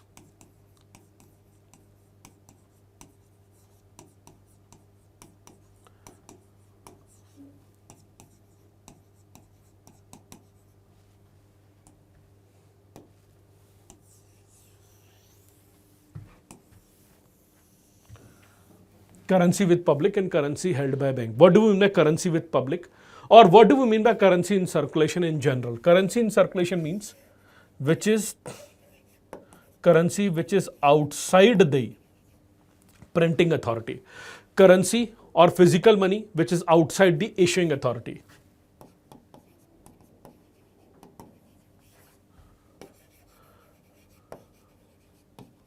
It's the physical money, coins and notes which are outside the issuing authority, RBI and government. So here you have the currency with public. So currency with public means physical currency with public, with household and some financial institution. So with some financial institution or with some non-banking institution or with some industries. So if you are having 100 rupee note in your pocket, it is a currency with public. If you are having 1000 rupees in your home in some drawer, it is also currency with public. At the same time, if there is one company which is having 2 lakh rupees cash onto their drawer in order to do the regular expenditure, it is also known as currency with public. Now, what do we mean by currency held by bank? Currency held by banks actually means the vault cash of the bank. The vault cash of the bank. Vault cash actually means the cash that they have to keep in ATM and in their cash withdrawer. So let's say I have 1000 rupee in my saving account. So this 1000 rupee saving account, I am going to get it converted into a physical cash from ATM. And of course, I can go back to a bank and can ask for a 1000 rupees. So every bank, based upon some statistical formula and standard operating procedures, they actually keep certain amount of their total saving account deposits and the current account deposit, they keep it as in their ATM and cash withdrawal, because we all know ऐसा कोई bank run का situation तो है नहीं कि एक ही time पे सभी लोग आ जाएंगे निकालने के लिए, but certain component they do keep. So currency held by the banks is known as the vault cash, and that vault cash is considered to be the ATM and the cash withdrawal money that they are having it. Currency held by the banks itself.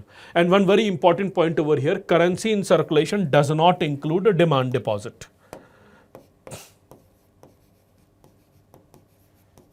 No.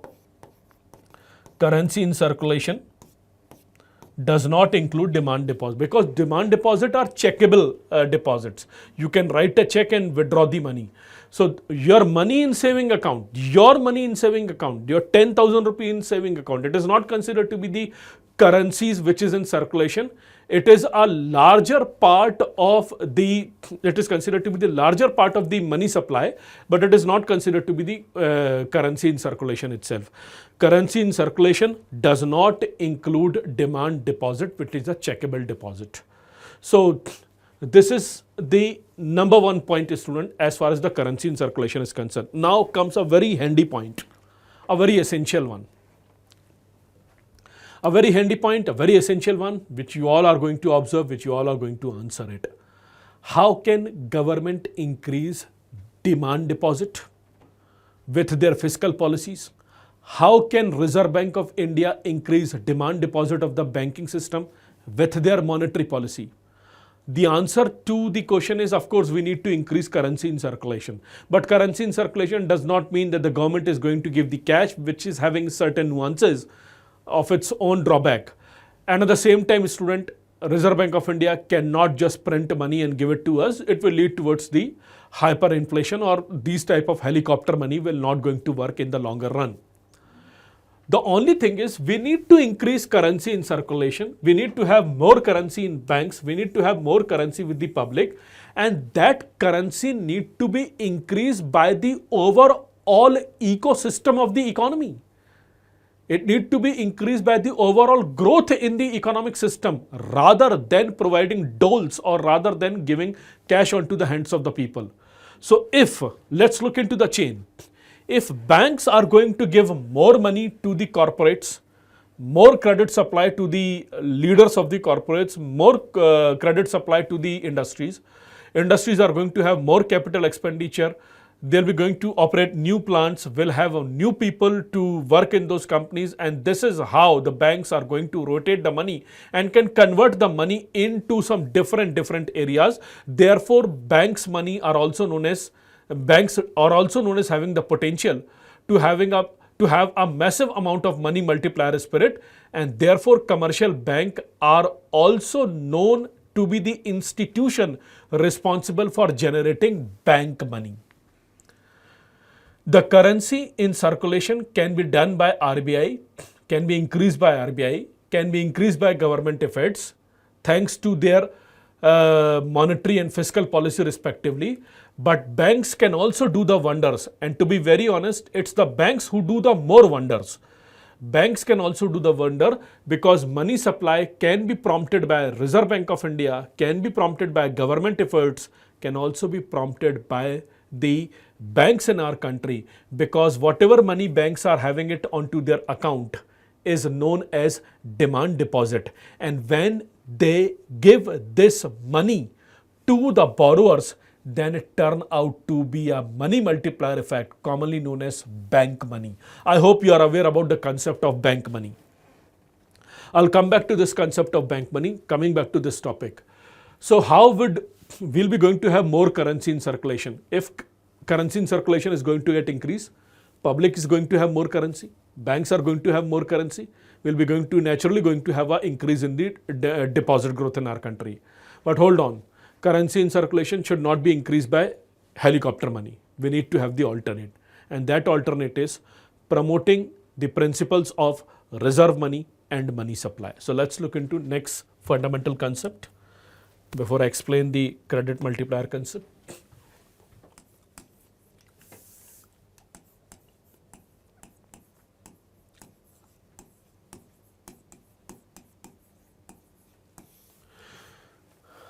Let's look into the concept of money supply in nomenclature which has been created in the year 1971 and later on in the year 1998.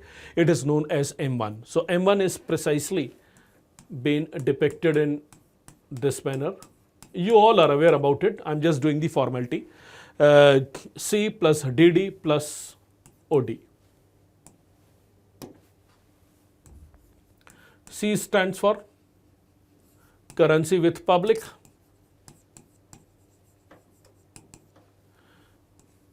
DD stands for demand deposit. Now please be very sincere over here. Demand deposit was not a part of currency in circulation, but it is a part of money supply. Was not a part of currency in circulation. It was not considered to be a part of currency in circulation, but it is considered to be a part of the money supply here itself. So demand deposit. So demand deposit means the current account, the saving account, which we have opened up, and the money that we are keeping it over there. Demand deposit of whom? Demand deposit of the people, of the public. And you have the ODs. ODs means other deposit. What do we mean by other deposit? Other deposit precisely means demand deposits of IMF, World Bank, foreign banks,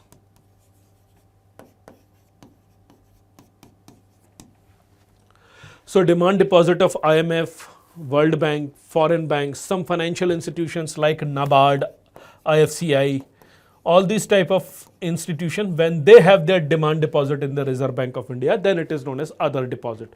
So one very important point here is money supply. So money supply is basically M1 equals to C plus DD plus OD.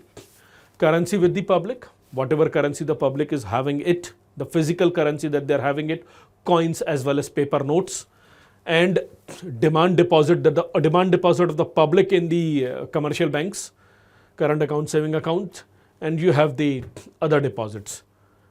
I'm not writing term deposit, I'm only writing demand deposit over here. Now again, one question again, student, how you will increase the money supply? Is money supply is going to have a net positive impact on the economy? Answer is definitely yes. But hold on, one very important point. C and DD cannot be increased overnight. If we want to have more currency onto the hands of the public, if we want to have more currencies to be deposited into the bank account by the public itself, the first of all public income should increase. First of all, public income should increase. First of all, public should get rid of pressure of inflation.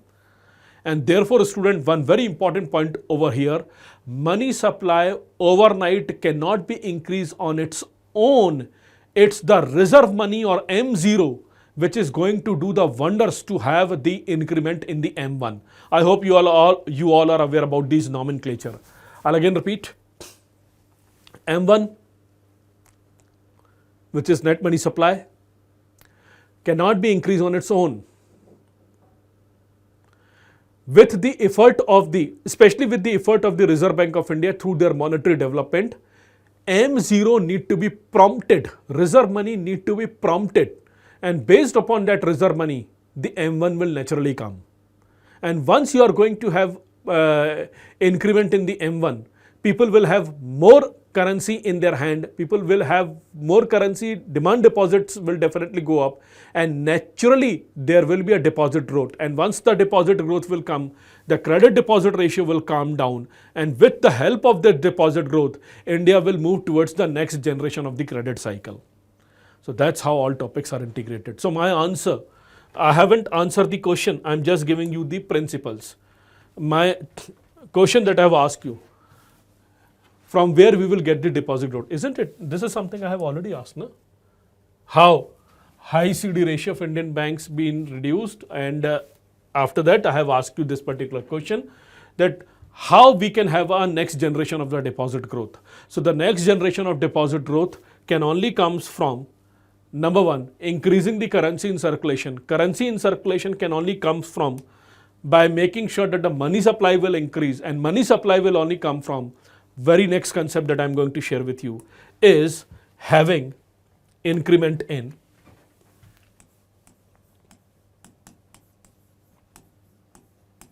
M0, known as reserve money,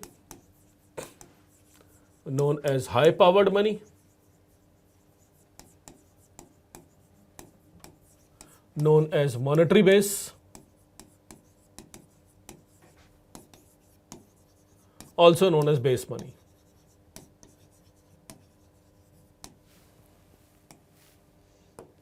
Also known as base money. So let's look into this particular concept. We need to put our entire focus, onto the base money itself. The moment base money improvisation is going to be there from the Reserve Bank of India, it will have its impact on the M1. M1 will lead towards more currency in circulation. More currency in circulation will definitely going to have a high demand deposits demand, or the need for demand deposit, which will ultimately going to have a net positive impact onto the CD ratio. That's how all topics are integrated. So let's look into M0. Before I proceed ahead, student, there are three major characters of increasing the money supply. There are three major characters of increasing the money supply. Of course, you have the Reserve Bank of India through their repo operations, because the Reserve Bank of India print the currency. They do have a reserve of 200 crore rupees.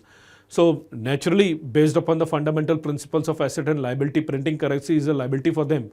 So once they'll be going to have 200 crore rupee as the reserve, they should print 200 crore rupee notes itself, but they go beyond that in order to have the money supply parameters in our country.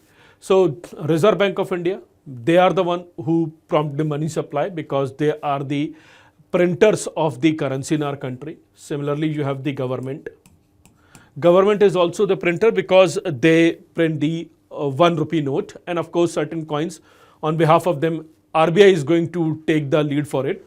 But government is also considered to be the net money supplier. But beyond Reserve Bank of India and government, one of the most important characteristic is banks. Why banks? Because whatever currency impact Reserve Bank is going to have, whatever currency impact due to the fiscal policy of the government is going to have, the banks are going to be the net benefactor of it. The moment banks are going to get the fillip or push from Reserve Bank of India due to their monetary policy or due to the government fiscal policy, banks are going to have more cash onto their hand, which means their vault cash is going to get increased, their demand deposit is going to get increased, और their cash balance is going to get increase. I hope इतना पता होगा कि cash balance और vault cash अलग अलग होता है. पता है ना? Cash balance of the banks and vault cash of the bank is a truly different thing. These are the simple elementary things. I hope you all are aware about it. If you are not, then थोड़ा कर लीजिए, शायद छोटे छोटे concept exam में बड़े handy हो जाएं आपके लिए. So when banks are going to earn more profit, they are going to have extra reserve. That extra reserve can be treated in vault cash, can be treated in the excessive reserve, which is going to be a part of the cash balances. And definitely banks are going to distribute this money. When banks are going to distribute this money into the economy, then it will turn out to be a bank money. So once the banks are going to have more money onto their account, the moment the banks are going to have more money, more cash onto their account, they will distribute in the economy. And the moment they distribute the money in the economy, banks create the bank money. If you are going to deposit 1,000 rupees onto the bank will treat it as a primary deposit. Then banks will distribute this 1,000 rupee after deducting the cash reserve. They will distribute this 1,000 rupee to one of the borrower, commonly known as secondary deposit. This primary deposit and secondary deposit is known as demand deposit. And this is how the economic chain is functioning in our country. Banks have unbelievable amount of bank money capacity. The moment banks are going to have the money onto their account, they will distribute this money in the economy, or they will shell out this money in the economy. And since they shell out this money in the economy, it turns out to be a bank money. Bank money means the money which has been generated by the bank itself. They've got only 1,000 rupees, but they've generated 10,000 rupees. This increment of 9,000 rupees is known as the bank money itself. So let's look into the detail over here. Let's coming back to the main important point. Do you need to have a deposit growth? Answer is yes. How you can have the deposit growth? When people are going to have more currency onto their hand. When people are going to have more currency onto their hand, when government effort and RBI effort is going to increase the money supply, because money supply equals to C plus DD. In our NCRT, it is only C plus DD, but overall it's C plus DD plus OD. So when we are going to have an increase in money supply can be there with the efforts of the reserve money, high powered money. Because high powered money has a tremendous potential. High powered money has a tremendous potential to prompt the money supply in the economy. How come? Let's look into it.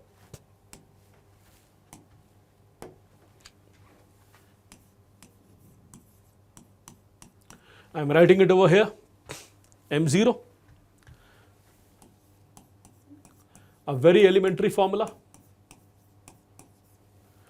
C plus RR plus A. This is the most simple formula for M0. I don't know why our NCRT have given such a complicated one. They could rather give it in this manner. It's a very simple one. I'll write the NCRT formula as well, because after all your preparation depends upon it. So C plus RR plus ER. So what is C? C stands for currency held by the public, which you all are aware about it.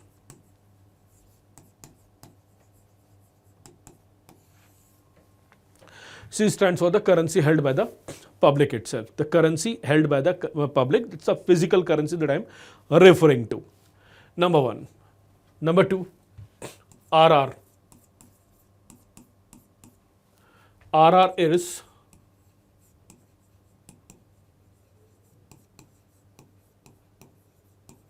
required reserve. Now you all are comfortable with this language. What is required reserve?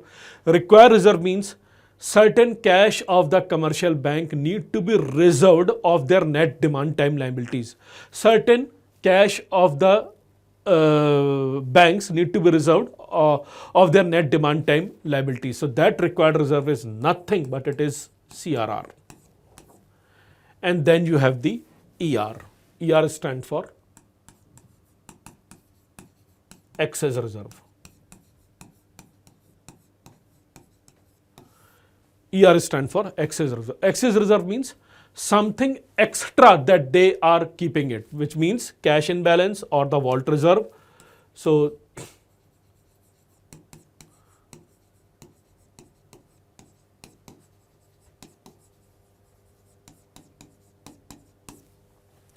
cash reserve other than CRR. So cash reserve other than CRR as mandated by Reserve Bank of India is going to be excess reserve. Now student, your NCRT formula, let me write your NCRT formula as well, otherwise you'll be going to be slightly disturbed by NCRT formula not being shared over here. So let me write it over here. NCRT formula for M0 is currency in circulation. So currency in circulation normally means currency held by the people, and of course the vault reserve currency is also going to be there. So definitely going to include the C and ER. It's the same formula. It's only the interpretation which is different over here. It's only the putting up in a manner, in a formula is different over here. So M0 is currency in circulation plus bank deposit with RBI. So what bank deposit we are referring to it? It is CRR.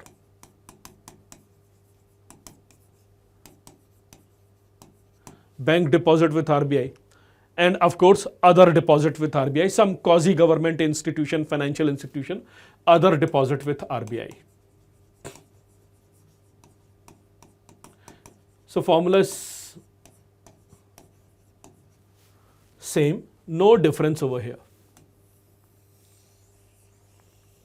Currency in circulation, currency held by public, and vault reserve. So currency in circulation, I have already told you, currency in circulation is definitely going to include the vault cash of the banks over here. Whereas vault cash is not a part of M1. अभी आपने देखा होगा ना, Where is M1 over here? You can see in M1 we have written currency with public and demand deposits. And we have written demand deposits of the public, which is the current account, saving account, which is not going to be considered as vault cash. Vault cash is basically ATM में डला हुआ पैसा जो cashier बैठा हुआ है bank में, उस पे किसके पास जो पैसा रखा है ऑपरेट करने के लिए, वो पैसा, which is vault cash, which we normally consider. So vault cash is not going to be a part of M1. It is definitely going to be a part of M0 over here, which is the overall high powered money or base money or monetary base, whatever you want to call it. So please look into this particular formula. Please forget about this one. I have already explained it to you. It is the same thing. No need to worry about. Please put your concentration over here. And this is where we are going to connect all the dots which I have been sharing with you for the past 2 hours. And it is going to become more easier from here to share with you. Look at that. Now student, you cannot increase currency held by the public overnight. On an overnight basis, you cannot do that. So forget about C. You cannot ask bank to increase their profit or increase their cash balance so that they'll be going to have more and more excess reserve. So forget about ER as of now. The only thing that is a point of concentration for us is if RR is going to get reduced. Now please consider the dots. You know, Steve Jobs says you need to have the spirit of connecting the dots, and connecting the dots can only be done when you are looking into the past events.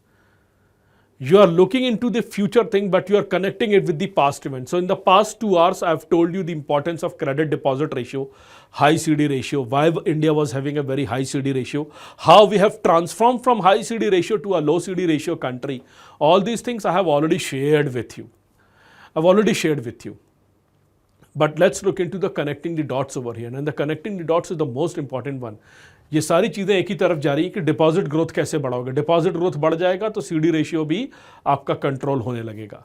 और deposit growth बढ़ाने के लिए this is the major thing over here.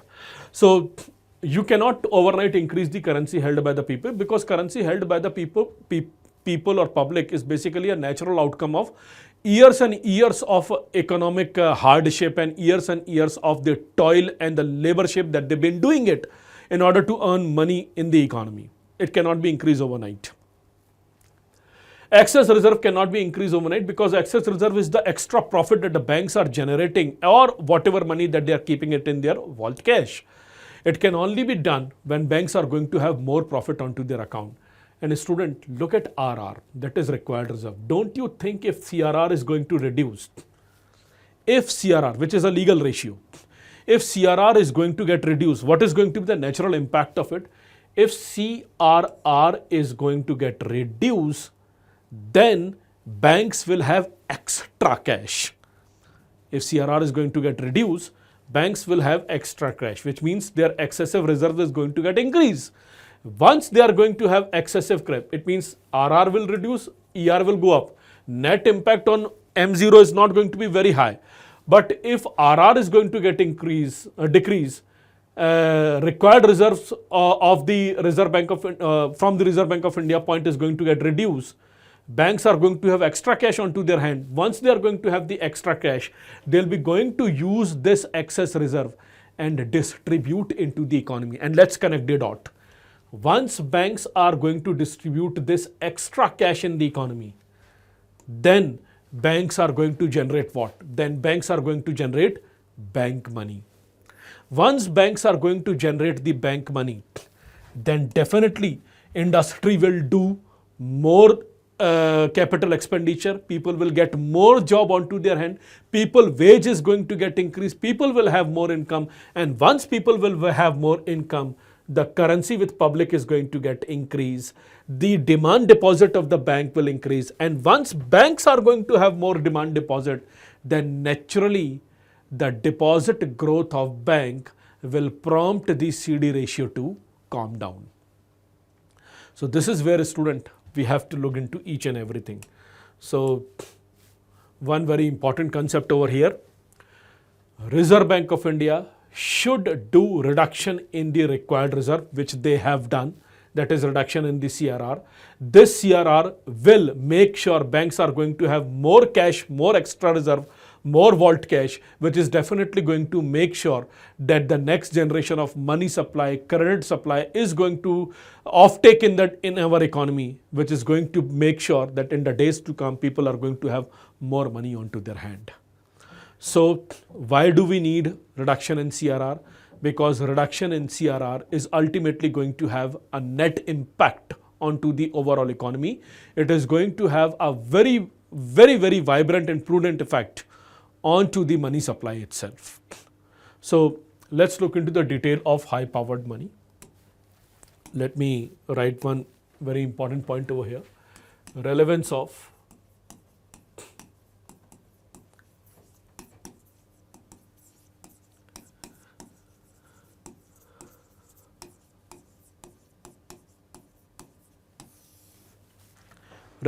high powered money. What all are the primary relevance of high powered money? Look, please understand. Reserve Bank of India, just by one stroke, just by one simple stroke, Reserve Bank of India is making sure, by one simple stroke, they are making sure that the credit offtake is going to take place in the Indian economy, and the net result of it is going to be very positive in the days to come. Let's look into it one by one. So we all know of so many introduction of Reserve Bank of India. These two are also the essential one. Reserve Bank of India is the controller of money supply, isn't it? Through their repo operation and all.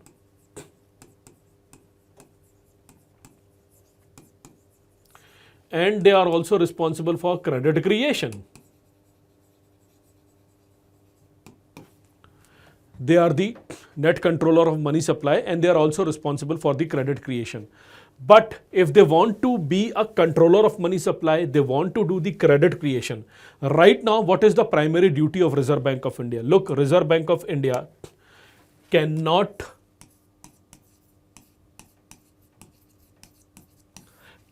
take or turn the repo or SLR these days. SLR used to be 40%, been bring down to almost 18% these days. And SLR has three components. Most of the banks keep cash in order to do the SLR. It is basically a statutory liquidity ratio, although it is a variant of a legal ratio. Look, please understand. It's been quite directly written in the NCRT, and you need to be very comfortable over there. As far as the legal ratio are concerned, both CRR and SLR are very essential, but when it comes to the exact definition of legal ratio, CRR is only considered to be the exact definition of legal ratio. SLR is only the variant of it. It is not the component of it. It is only the variant of it. Why exactly? क्योंकि cash का कुछ component SLR में आ जाता है. तो cash, gold and GSEC. That's what SLR is all about. And Reserve Bank of India is right now not in a position to take or turn repo rate, because I believe today is 25th of March. On the next upcoming Monetary Policy Committee meeting in the month of April 2025, they may be going to reduce the repo rate by 0.25%, because things are moving in the right direction. The global economy is moving in, although it is far away from being into a position of turmoil, but still there are still some major sort of challenges still there. So I believe if not 0.5%, at least 0.25% or 25 basis point reduction is going to be there in the repo rate. But still our repo rate is still onto a very high benchmark right now. So Reserve Bank of India cannot take or turn repo rate. It's been going on in the same manner for the past 2 years. They cannot take or turn SLR, they cannot take or turn repo rate, because their financial position are not allowing them to do so. So how they can increase the credit in this particular situation? They can increase the credit in this particular situation by making sure high powered money is going to do the wonders for the economy. And what is the relevance of the high powered money, student? High powered money मतलब M0. उसका wonder क्या है, student? Point number one. It is having a money multiplier effect.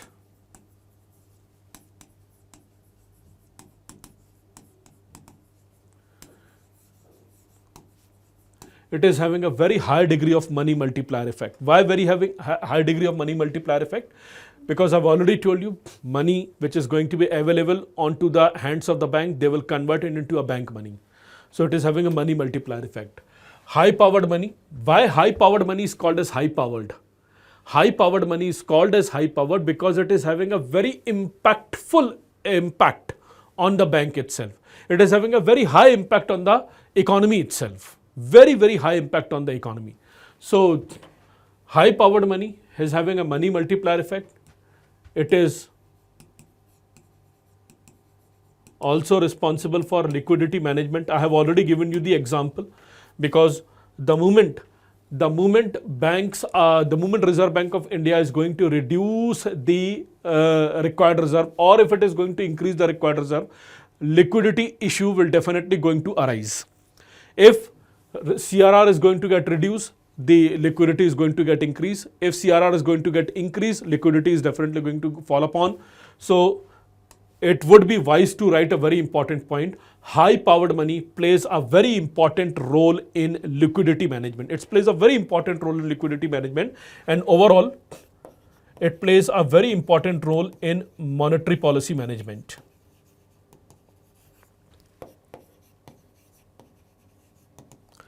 It does play a very important role in monetary policy management. Why exactly monetary policy management? Because RBI is one of those institutions which is responsible for money supply, which is responsible for credit creation. And credit creation cannot be done only by repo rate, can also be done by turning or twisting the CRR. So they have already decided to reduce the CRR, which is going to have a net positive impact on the economy, because Reserve Bank of India will make sure by the reduction of CRR, the overall cash in the economy is going to get increased. M0 is going to get increased. Naturally, M1 is going to get followed later on. So you have the monetary policy management. So high powered money is also responsible for the overall monetary policy management. And other than that, the moment banks are going to have good high powered money, it is going to have impact on exchange rate. अरे भाई बैंकों के हाथ में cash आ रहा है, exchange rate पे फर्क पड़ सकता है. The banks are either going to purchase more dollar, or they are going to sell more dollar, depending upon the overall Indian rupees and dollar condition. Banks are going to have more cash right now onto their hand. Once they are going to have more cash, they can purchase more dollar, or they can sell, depend upon the economic situation. So exchange rate, high powered money plays a very, very, very important role in exchange rate management. High powered money plays a very important role in controlling GSEC yield as well. It plays a very, very important role in playing a GSEC, changing the GSEC yield. I hope you all are aware, bond price and bond yield moves in the opposite direction. The moment banks are going to have crores and crores of rupee onto their account, they can either purchase the GSEC, they can either sell the GSEC, and the moment GSEC is going to get purchased or sold by the banking operations, it is definitely going to have the impact onto the 10-year benchmark government securities yield. So this is again a very important point, student, which we all need to look into. And overall, student, high powered money is very, very essential, very, very important to create a new currency in the days to come. In the days to come. So RBI can influence our economy by repo rate. RBI can influence our economy by open market operation. RBI can influence our economy by CRR SLR. And one of the most important area is the CRR1. By making sure if CRR is going to get reduced, which is going to put more cash onto the banking hand, M0 has doing the wonders for the Indian economy itself. So this is what I want to share with you, student, relevance of the high power money. Going back to the topic, MO equals to C plus RR plus ER. RR has given a new push by the Reserve Bank of India where CRR been reduced. The moment CRR will reduce, banks are going to have more cash. And the moment they are going to have more cash, they will create more bank money. Naturally, it will prompt money supply. Let's look into economic survey now. So, first of all, student, whatever that I am sharing with you, that's my economic survey. I am reading it out here for your ease.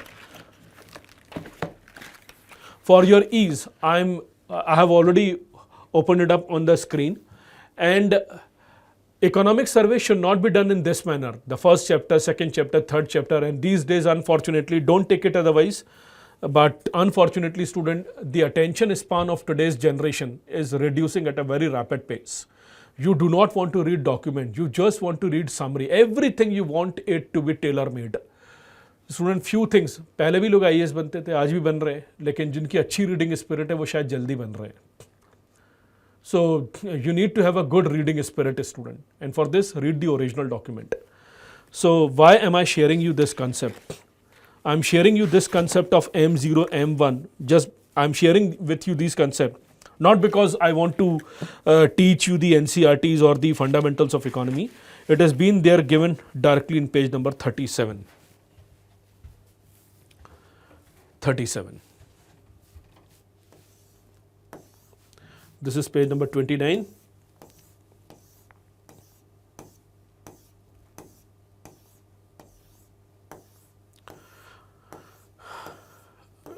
Rest be assured, I am going to complete each and every single aspect of the economic survey. But my way of economic survey is to read the point, connect it with your traditional topic, and then I will proceed ahead.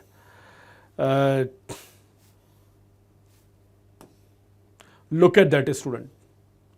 A very important point that I want to share with you.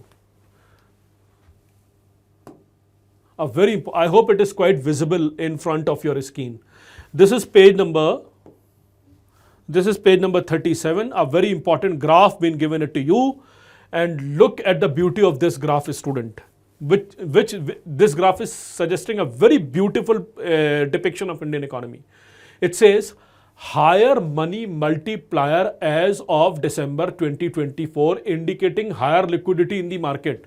It means money has been multiplied in the Indian economy. Don't you think, student, the figure is from 22 to right now 24. Don't you think it is quite astonishing? Because of the fact that repo rate has not been changed. In the past 2 years, repo rate is hovering around 6.5% itself. Repo rate has not been changed, but overall liquidity in the economy has been increased because of the RBI effort to increase the M0 and by doing some fine-tuned repo operation, which I will teach you tomorrow itself. So look at over here, this particular graph, it is suggesting money multiplier. तो हमारा money multiplier student बढ़ते बढ़ते बढ़ते बढ़ते अब देखिए ऊपर की तरफ जा रहा है. It is showing a very good positive trajectory. How it has been possible? Money multiplier is been prompted by Reserve Bank of India by doing some liquidity operation other than repo operation. And one of the things that Reserve Bank has done is to reduce the CRR, where it has been written, page number 36, last line. Look at that. I am reading it out for you. Look, the MPC announced a cut in CRR to 4% of the net demand time liabilities from 4.5%. The decision is expected to infuse 1.16 lakh crore liquidity in the banking system. Don't you think this reduction in CRR, because CRR been reduced, which means required reserve has been reduced. If required reserve has been reduced, it means banks excessive reserve been gone up. If excessive reserve been gone up, it means banks potential to generate bank money gone up. And if banks potential to generate bank money gone up, then definitely M1 will go up, which is net money supply. And therefore, student, it has been possible due to the reduction in CRR. Therefore, CRR is being associated with credit multiplier. Formula kal likhwaunga, credit multiplier equal to 1 upon CRR, but at least have the idea of understanding. So please understand, MPC announced a cut in CRR, which leads toward a situation of more liquidity in the banking system. So how Indian Reserve Bank of India is giving a new direction to the liquidity in our economy? They are making sure liquidity is going to come actually not from the repo operation, but from other fine-tuned repo operation and other mechanism of increasing the M0 or M1. So it's a very important area that I have to share with you. There is one more important point that I want to share with you. That's page number 38. Okay. Page number 38. Page number 38. These two paragraphs. Page number. Don't you worry, student. I'll be going to give you the major description. Whatever likable area to be discussed, I'll be going to get discussed. Don't worry. But at the same time, I believe you should have the command onto the fundamentals. तो कुछ तो मैं share करूंगा, but कि आपको लग रहा होगा फंडामेंटल्स ठीक नहीं, तो फिर जाके थोड़ा करिए फिर उस चीज को. So look at this over here student. Very important point. Page number, it's there in the page number 38, and these two paragraph, I'm reading it out for you. It's been written over here. A country's money multiplier. It's been written. This is what UPSC is going to more interested in asking the question verbatim. A country's money multiplier is influenced by two main factors. The country's money multiplier is influenced by two main factors. That's what we've been studying. The amount of cash individual and business hold and the reserve that bank maintain. तो लोगों के हाथ में cash तुरंत तो पहुंचेगा नहीं, लेकिन बैंकों का रिजर्व जो है वो रखने के लिए अगर आप मना कर देंगे, सीआरआर कम कर देंगे, तो definitely bank reserve will increase. Country's money multiplier is influenced by two main factors: amount of cash individuals hold and the reserve that bank maintain. When individuals keeps more cash, the banking system cannot create money. I will explain you this concept. When individuals create more cash, the banking system cannot create more money. How will this work? I will explain it to you tomorrow when we are going to discuss the CRR and credit multiplier. But this paragraph is clearly showing the relevance of those concepts that I've been sharing, concept of money multiplier. And towards the end, a higher money multiplier indicates that banking system is generating a greater money supply from the money. What a beautiful line. A higher money multiplier indicate that the banking system is generating greater money supply from the money provided by the central bank. So central bank these days cannot provide money through reduction in repo rate, but they are providing money through reduction in CRR, which is a legal ratio. And the moment this CRR been reduced, 1 lakh crore rupee is being injected into the economy, and this 1 lakh crore rupee is going to make sure that the next degree of money supply is going to get increased, and as a result of it, overall deposit growth will come in the economy, because banks will give more credit into the economy, which will make sure companies are going to do more operation, people are going to have more job, and eventually more cash onto their hand. So this is what I was supposed to share with you. Going back to the note, these are all the things that I want to share with you. So in today's session, let me wind up my today's session. I've covered